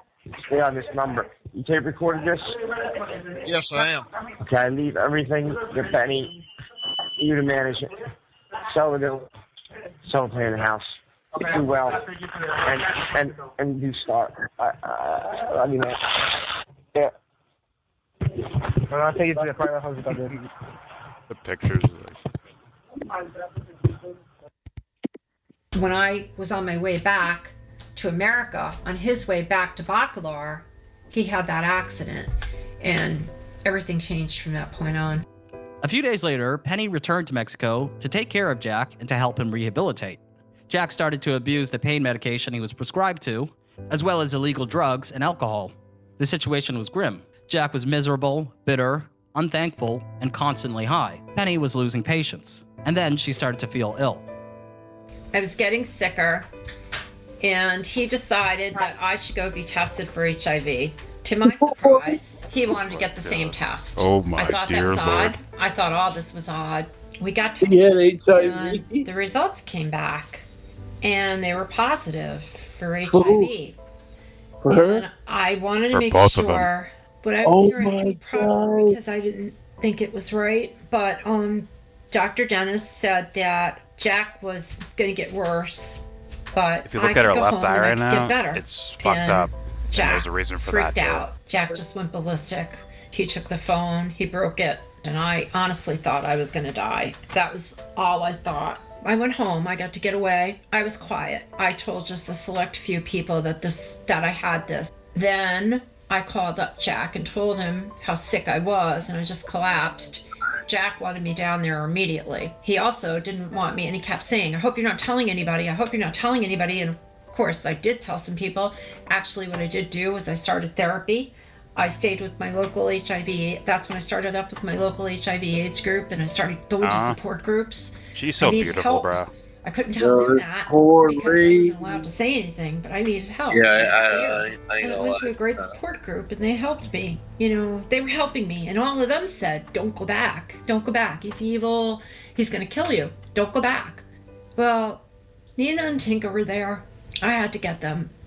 Nina is the dog that was rescued from Afghanistan One that second. came to me, and Tinka was our Mexican kitty. So in July, I made plans to go back. I walked into the house and it was different. Everything was different. It wasn't clean like it used to be. There was dead flies everywhere. The door was broken. Everything was dirty. You could smell sweat, alcohol. It was just disgusting. And he just looked at me and he was happy to see me, but his eyes were just black. He looked like he had been up for days. He reeked of alcohol, cigarettes. Natalie, the maid, she was telling me other people were coming too. So everything was there and they were getting worse and everybody was still coming in. All of the sex fest constant, it was worse than ever. Okay. And how many people have got this now? My plan was self-preservation. And when I say that was the plan, If you can understand this and try to wrap your brain around this, the plan involved killing Jack and getting my dog and my cat. So I went into the bedroom. I took the gun out from underneath the pillow, and he was at the computer. He turned right around and he saw me aiming at him, and I was screaming at him. He was screaming at me. And I said, "You took my life. I'm going to take yours." The gun went off. I don't really know what the hell happened, but he grabbed me and he started hitting my head into the marble stone, whatever the heck the place was made of. Just kept hitting my head into it nonstop. I was in so much pain, I just collapsed. He picked me up, threw me in the extra bedroom, started smacking me really hard, beating me, and I just didn't think I was gonna make it. I'm on the office floor. I pick up the phone. I call my girlfriend, and I called her, and she picks up the phone, and she's like, "What?" I go, "Jack's trying to kill me. I need you to call the embassy. Call Ed Carabella." I said, "Call him. I need to get out of the house. He's gonna kill me." Jack grabbed the phone. He said, "Who the fuck did you call?" Blah, blah, blah, blah, blah. And he's hitting me. He throws me into the bedroom, and he takes the Nublafena and he injects me with it. Not just one shot, 2 shots. I am out of it. The next day, as he said, he wanted to play Rambo, so I'm petrified of mice. So he put a couple in a bag and put them over my head with the bag, and I fainted. And now I've got like bites on me. My head's still killing me from having it slammed, and my eye was so messed up. So I was freaking out. So he took the cuffs off. He started being nice, and he said, "Just tell me who you're working with." I wasn't working with anybody. Okay, again, the paranoia was kicking in. He was messed up, completely messed up. The Noblafina he was putting in me, he was putting 10 times in himself. Plus he was doing coke, he was doing everything. He was drinking like there was no tomorrow. He was messed up. So this went on for a couple of days. Again, nobody's at the house. And then finally, so he comes up and he says, he's like, "There's 2 fucking bastards downstairs you've got to talk to." My friend got in touch with Ed Carabella, and he called the Mexican embassy, and he told them what was going on. And there was 2 guys to come to get me. They came to check the situation to see if I was there to get me out of the house. So I wanted to tell them, but he had his gun in his pocket. He goes, "You say anything." He goes, "I'm going to shoot you and them." He would have, definitely. One was translating, and he kept staring at me, and he kept asking me, and he goes, "You all right?" I go, "I'm fine. Everything's fine. We just had a fight. We're married. We fight." He goes, "You really all right?" And Jack's like, "Who the fuck reported this? Why are you here?" So the guy goes, "We're just here, we're just checking to make sure." He goes, "No, I want to know who the fuck reported this." And so he's like, "We were just making sure. Somebody said they heard an American woman screaming," which sounds reasonable because I was screaming. So as we start walking towards the door, the guy that wasn't speaking Spanish, that was speaking English to me, goes over to me. He goes, "It's really good to meet you." And he put his hand out. When he put his hand out, I grabbed his hand and I took my fingernails and I stuck them in his hand. So we realized what was going on. So he held on to my hand for a minute. Jack goes, "What the fuck's going on?" And he just went like this. He squeezed them back like he knew I was in trouble and he was going to get me out. Okay. So they left. Jack made sure they were out. He was furious. He just kept putting buckets upon buckets of water over my fucking head. Oh my God.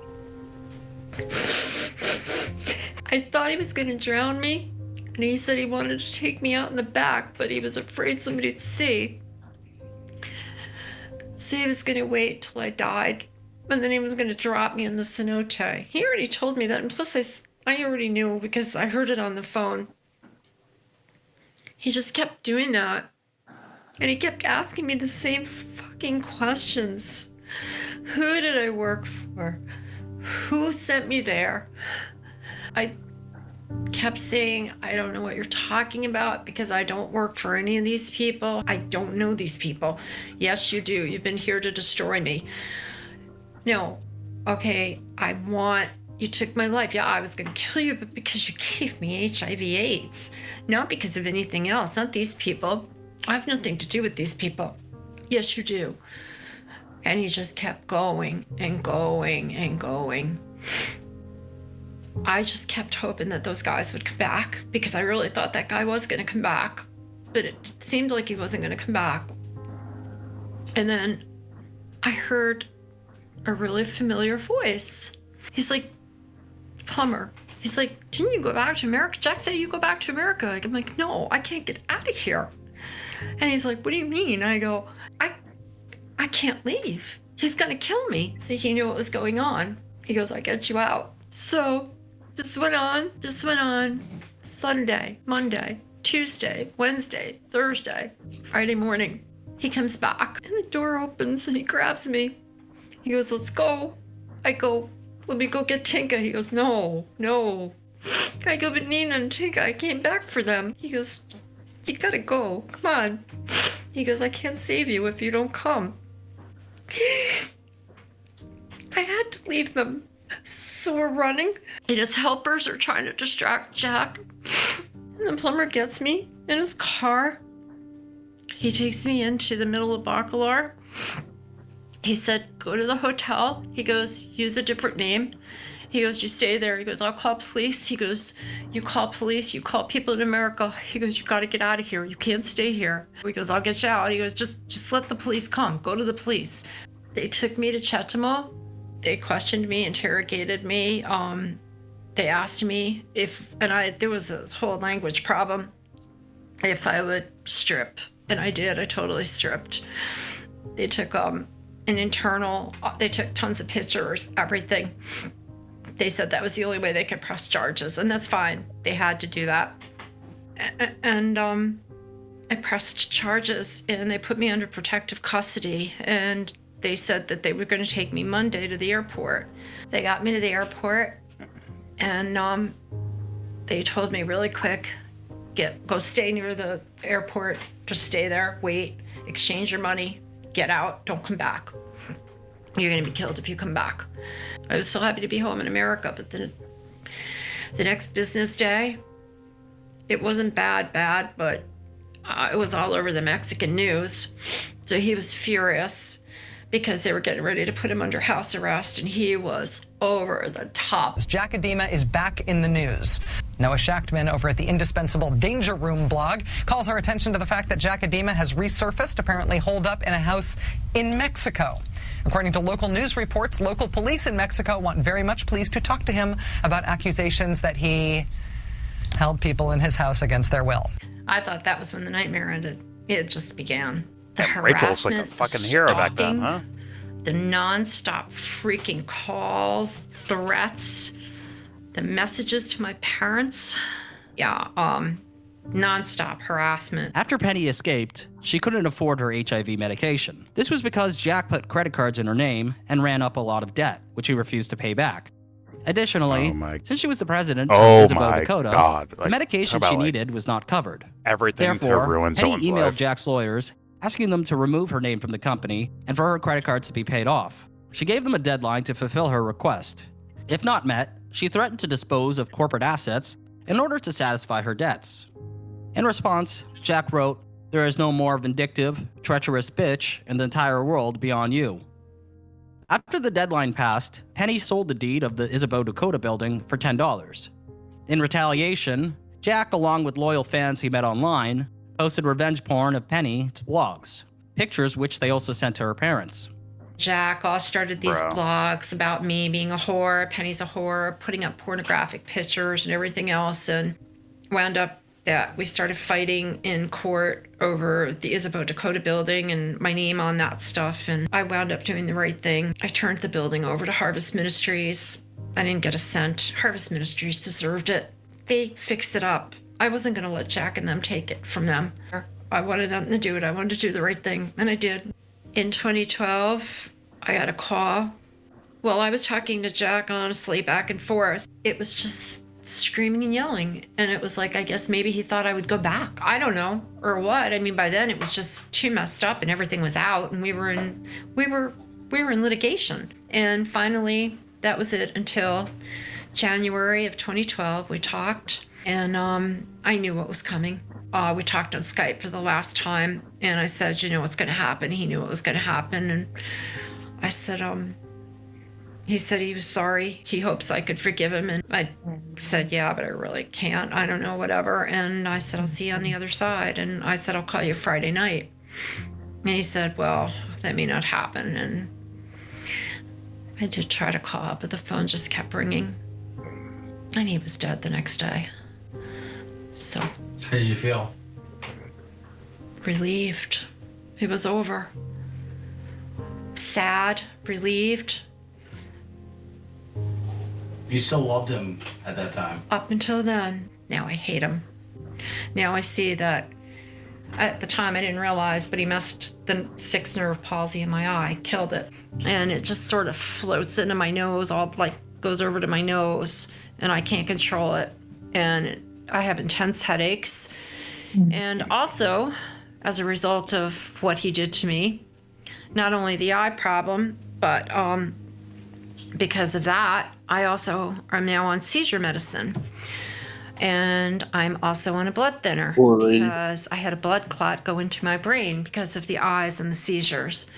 There you go. So I also wound up with not only this eye problem, seizures that I have to be on medication for the rest of my life on, and warfarin for blood clots for the rest of my life, and HIV medicine, which once you get to the HIV, you have to go on meds for the rest of your life.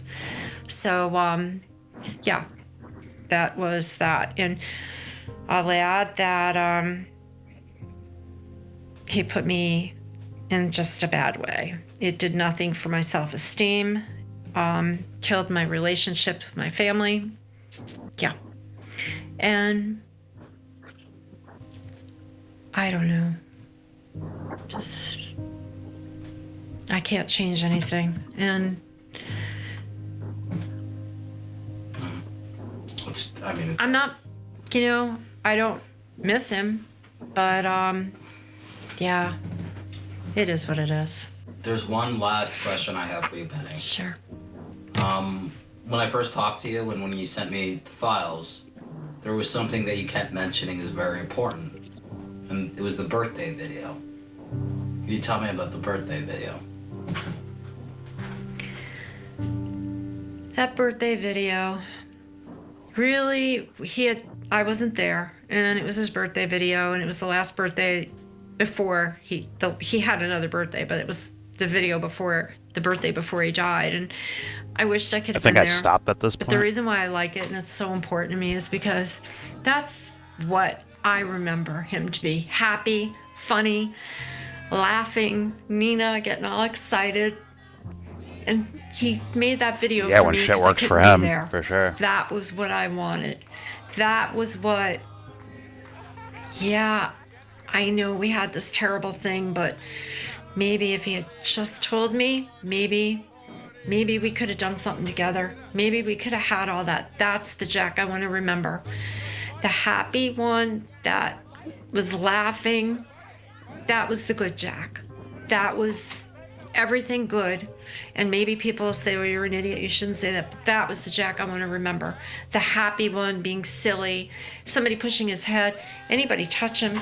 There was times if you touch him, you better run because he's going to kill you. But it was the funny, happy Jack, carefree, somebody pushing his head in the, a face in the cake, laughing, Nina getting all excited, that was good times. Those were the people at that point I cared about. I thought that was going to be my new family, my new life.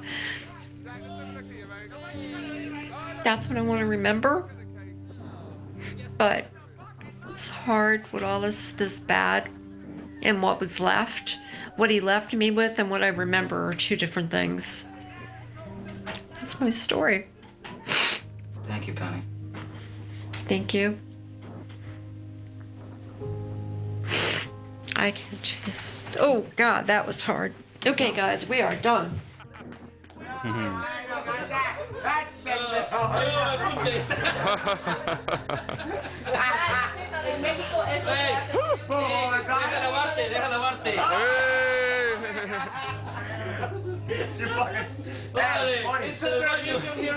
Jack, you didn't know that was going to happen, did you?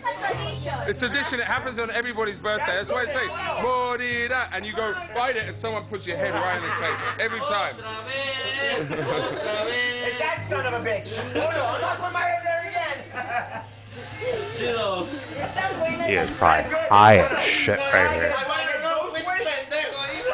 Just get one wish, mate. Just one wish. Uno nada más. Uno nada más. Para que te quedes chingar. Otra vez. Yeah, motherfucker. Oh, shit.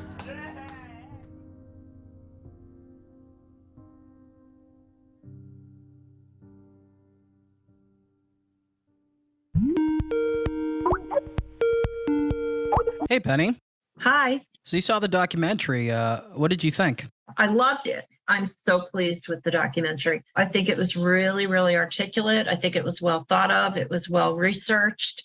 It picks up where a lot of the magazine articles and the editorials and all the little snippets that somebody would say about him on TV, especially after he passed away. I think it just clarifies everything. And you see the depth of the deceit.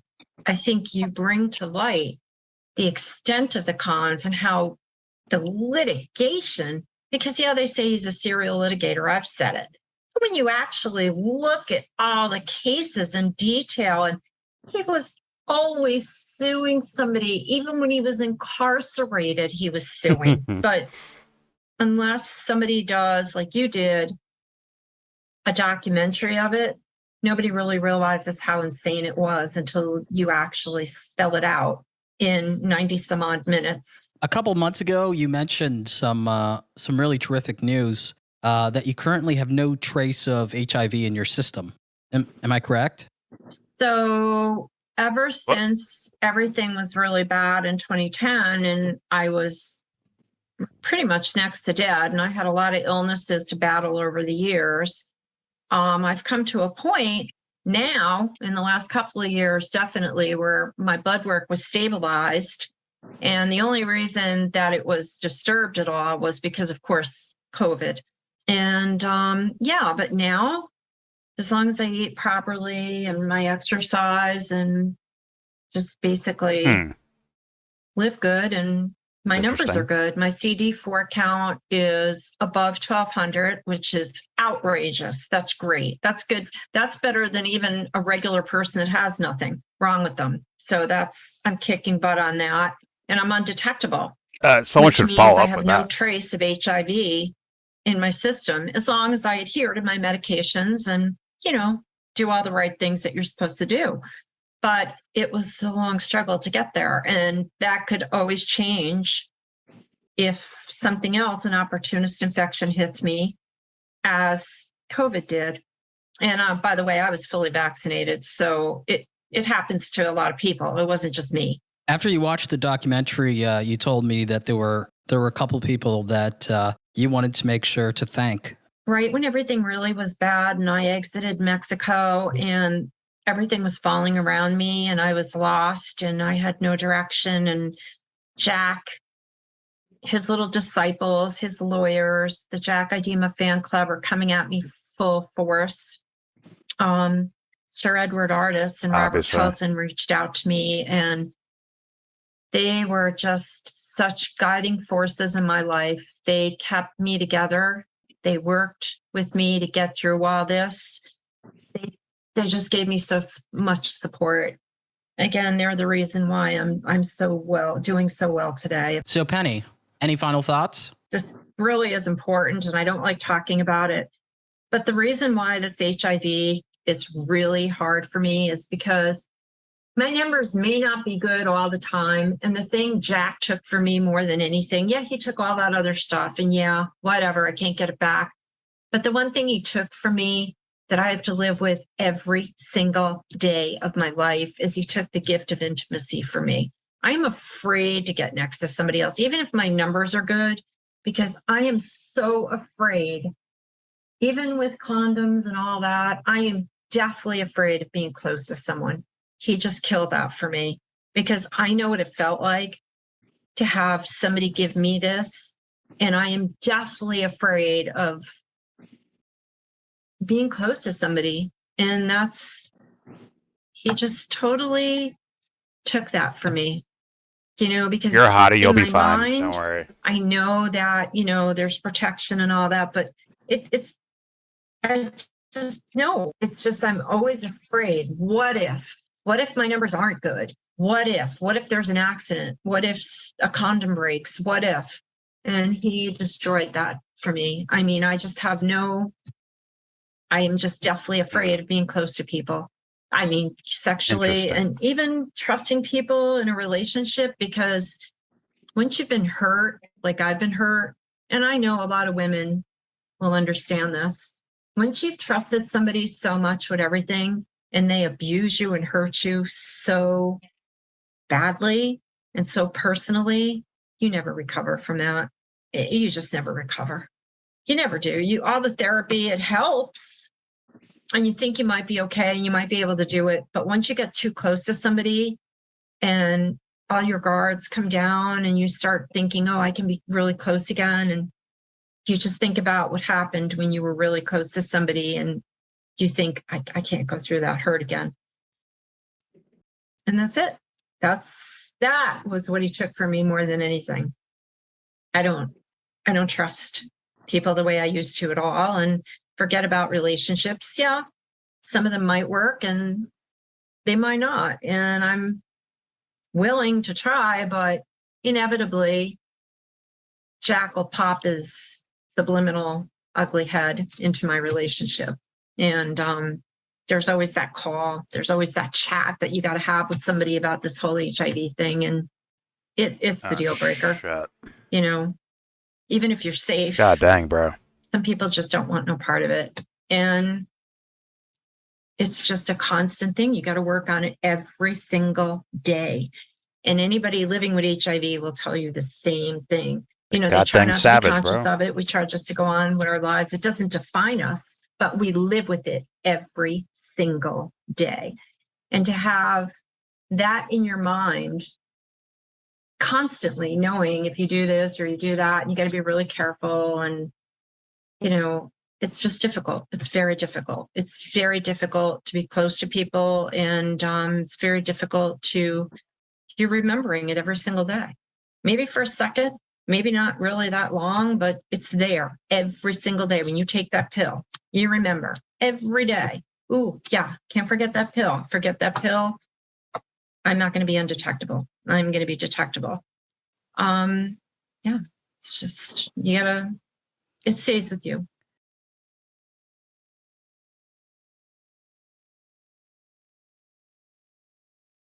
Doing this documentary gives me a voice. Unless somebody does, like you did, a documentary of it, nobody really realizes how insane it was until you actually spell it out in 90 some odd minutes.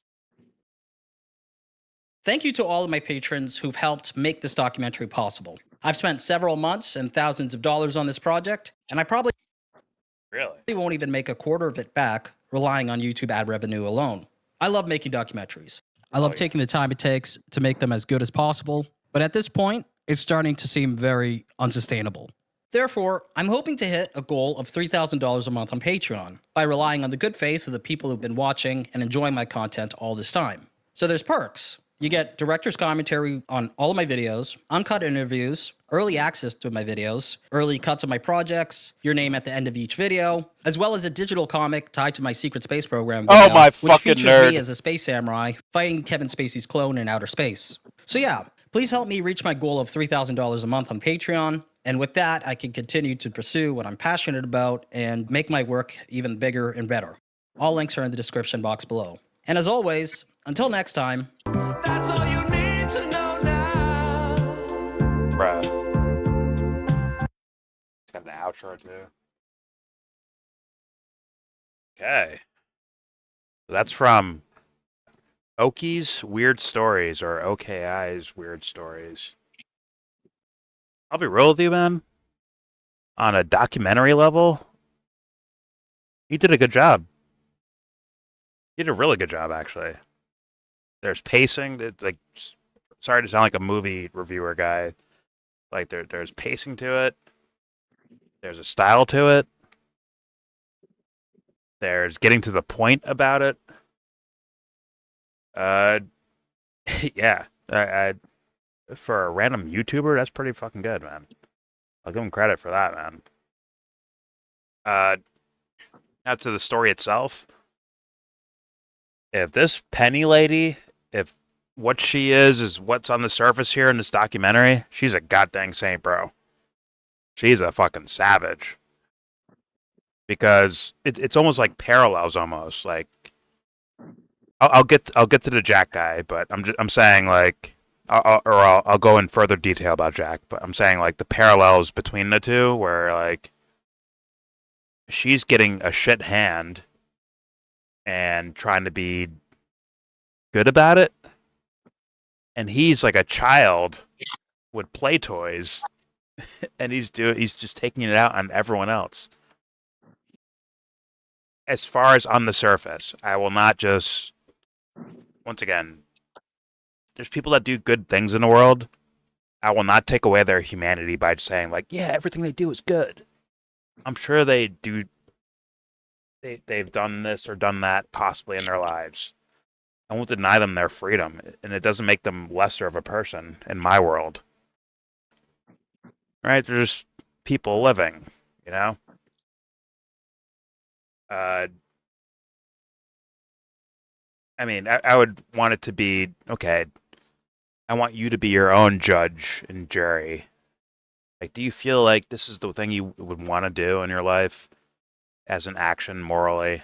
I would let them judge themselves at that point. But, once again, if I catch wind of something, yeah, I'll let it be known. Like, I think this is wrong. I'd let them know that too, if I could. But yeah, if she's like that, like a savage like that, what I saw on the surface, once again, don't know her background, didn't look into it. But if she's like that, I mean, it's fucking savage, bro. God dang saint. Okay, there's that. Now there's Jack.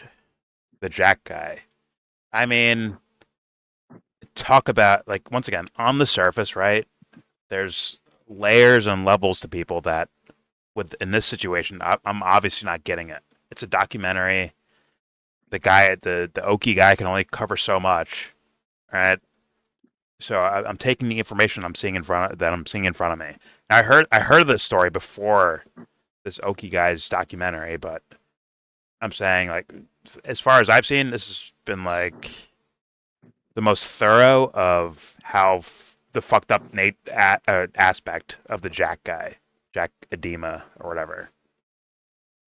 And I mean, if I took that as my only snapshot of the guy, what we see in this documentary, oh man, talk about LARPing. And it's not even, to me, on its own, psychologically, if he kept that with himself and kind of danced around with those ideas himself and had made an adventure of it for himself, that's fine. That's a childlike energy that I think people, when they quote unquote grow up, dismiss way too much. That should be a faculty of your psyche, I think. Those should be like looked at and expressed. Now, where things go wrong is when you create this fantasy and you take it out on other people. That will always be wrong. Especially, like, I mean, not especially, but if you're blind to it, holy Christ, that is a disaster. But there is, in my opinion, something that's a little bit harder to reach, which would be someone who knowingly is going after others because of their own fantasy of the world. Right?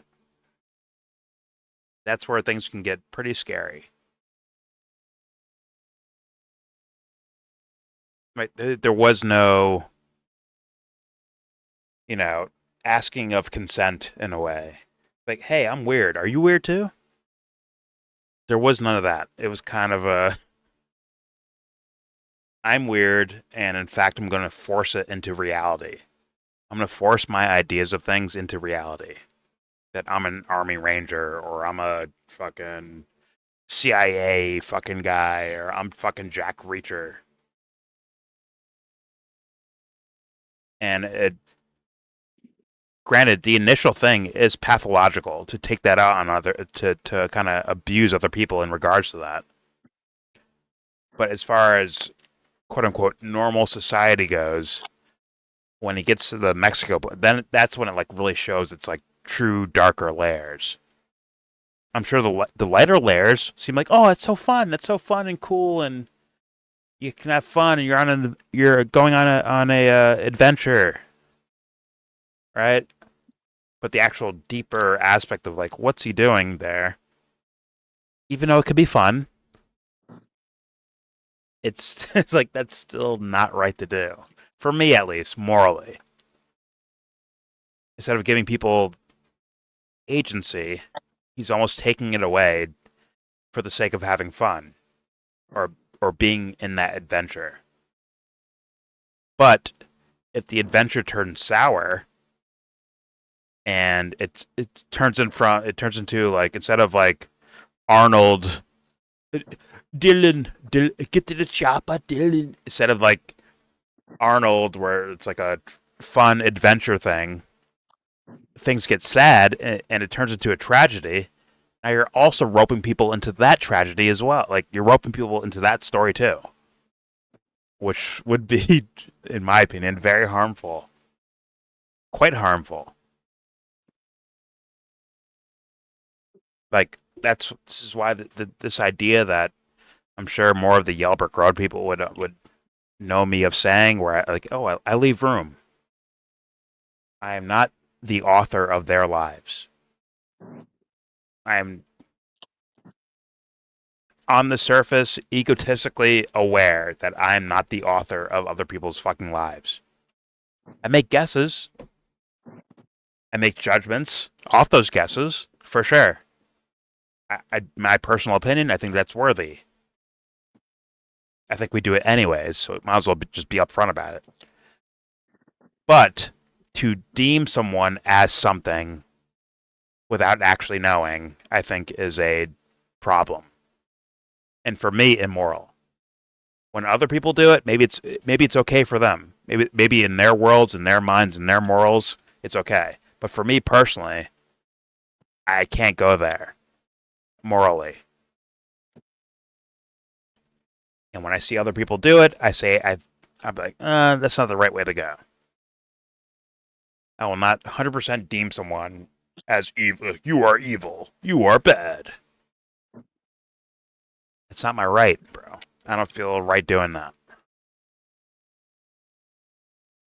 But Jack, he's in that world, bro, where he already determined, I can capture you, hold you in my facility, and torture you to get answers that maybe I made up in my own mind, but I might be unaware that I'm making it up in my own mind.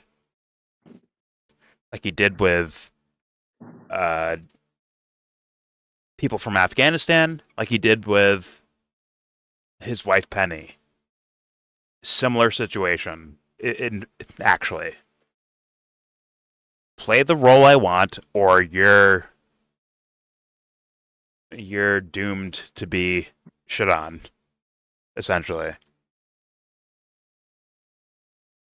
I'm just saying. And obviously, if there's a lack of care for others, then you fucking around with who the fuck knows, and where the fuck whens, and when the fuck what's.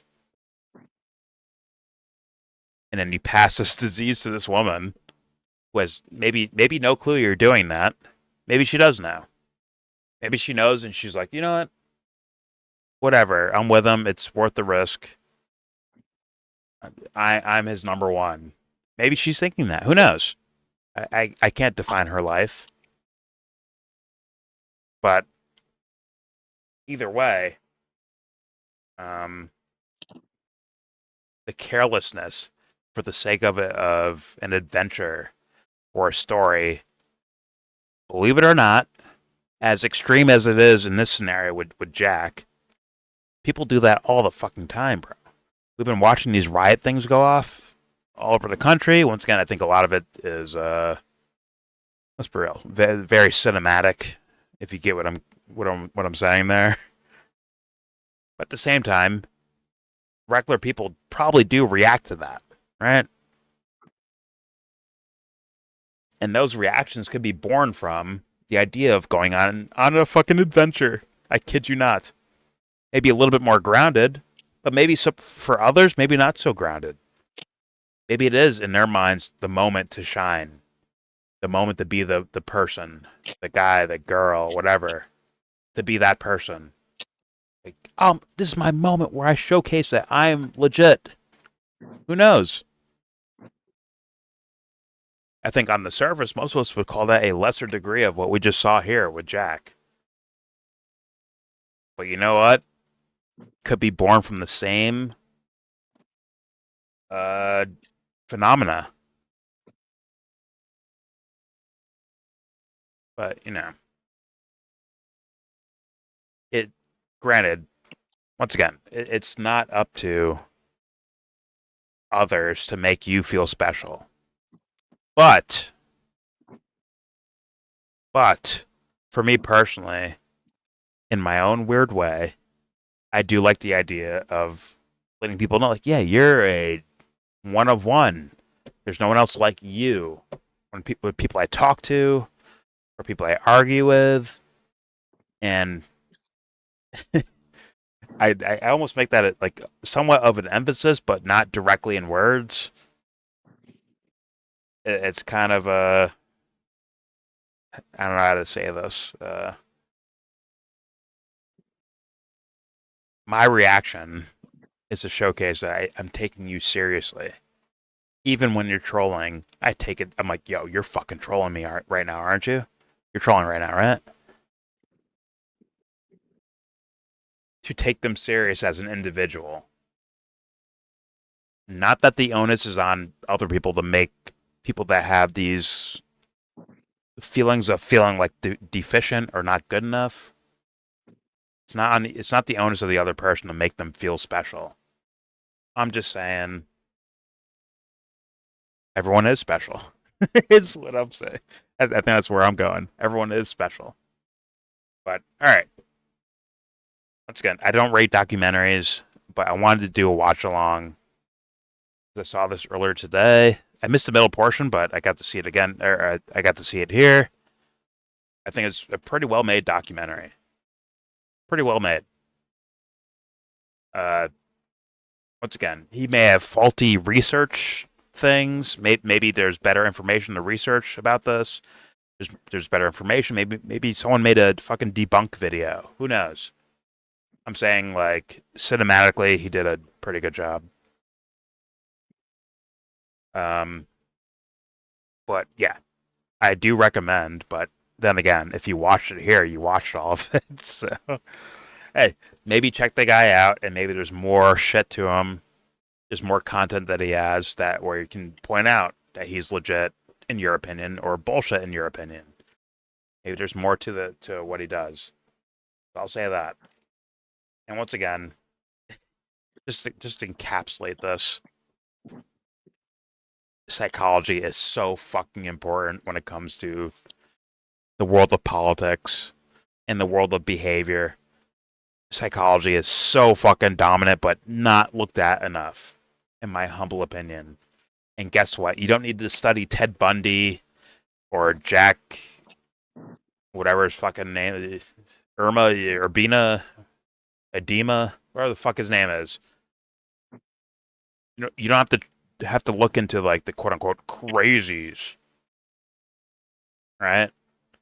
You can observe your own mind. Like, damn, why did I pick Cheerios instead of Kellogg's today? It's really that simple, and that can cause a slit in the fucking wall enough to, like, okay, now I'm gonna, like, rabbit hole through this. Like, what else do I do that's maybe based on my daddy, my mommy, my friends, my girlfriends, my boyfriends, my husbands, my wives, my kids, whatever, strangers? Maybe strangers hit me with certain words, and it like moves me a bit. Not saying like it's not to say that those things are wrong. It's to say like, yo, maybe look at why you do it. Observe your own life. And part of my idea of things is that once you actually start observing, you can put things in actual categories. Like get your little your forefront of your mind, what I would call the ego. You can get that thing working, and you can start observing. You know, do I like this or not? Like, damn, man. Every time, you know, my girlfriend yells at me, bro, I go outside, I smoke a cigarette to chill out just a bit. Just let me chill off, like chill out. But then it's like, damn, are cigarettes good for you? Maybe they're bad for you. Whatever you think. Maybe you don't care, right? At least find out where you're at. Maybe you don't care. To me, I'm like, that's fine. Like, oh yeah, whatever. I'll get lung cancer. I'll get sick or something like that. It's later in my life. But right now, like, fuck it. I just want to smoke a cigarette, bro. Or you're like, damn, my psychological like tether to events like this causes me to start smoking. Meaning, I'm like, what's the word? Fuck. I'm in like tunnel mode almost, or that's not the right words I want to say. What's the fucking called, bro? When you're driving on the freeway and you're just like turn your brain off type shit. Autopilot. There you go. Thank you. I'm just in autopilot. I just did that automatically. Autopilot shit. I'm sure plenty of people can say I don't care, or I like, or I like that, or I don't like that. But how many people can say they observe it? Say, oh, I see myself when I go into this mode, I go into this exact action because of some sort of causal event. Like now you're working with something. Now you're armed with something. For real. And thus, critical thinking. But anyways, all right, there you go. There's your review. The King of Stolen Valor from Oki's or OKI's Weird Stories. If you're for YellBro Road people, please subscribe if you like. Comment, agree, disagree with anything I say or anything the documentary says. Once again, maybe Oki's full of shit and you have better information. Who knows? Like, God, throw it in the comment section if you have a response video, anything like that. Don't forget to share, support, hopefully donate to all the links in the YellBro description box, please. Thank you. And with all that said, give this video a thumbs down. Yeah. Say you wanna get in.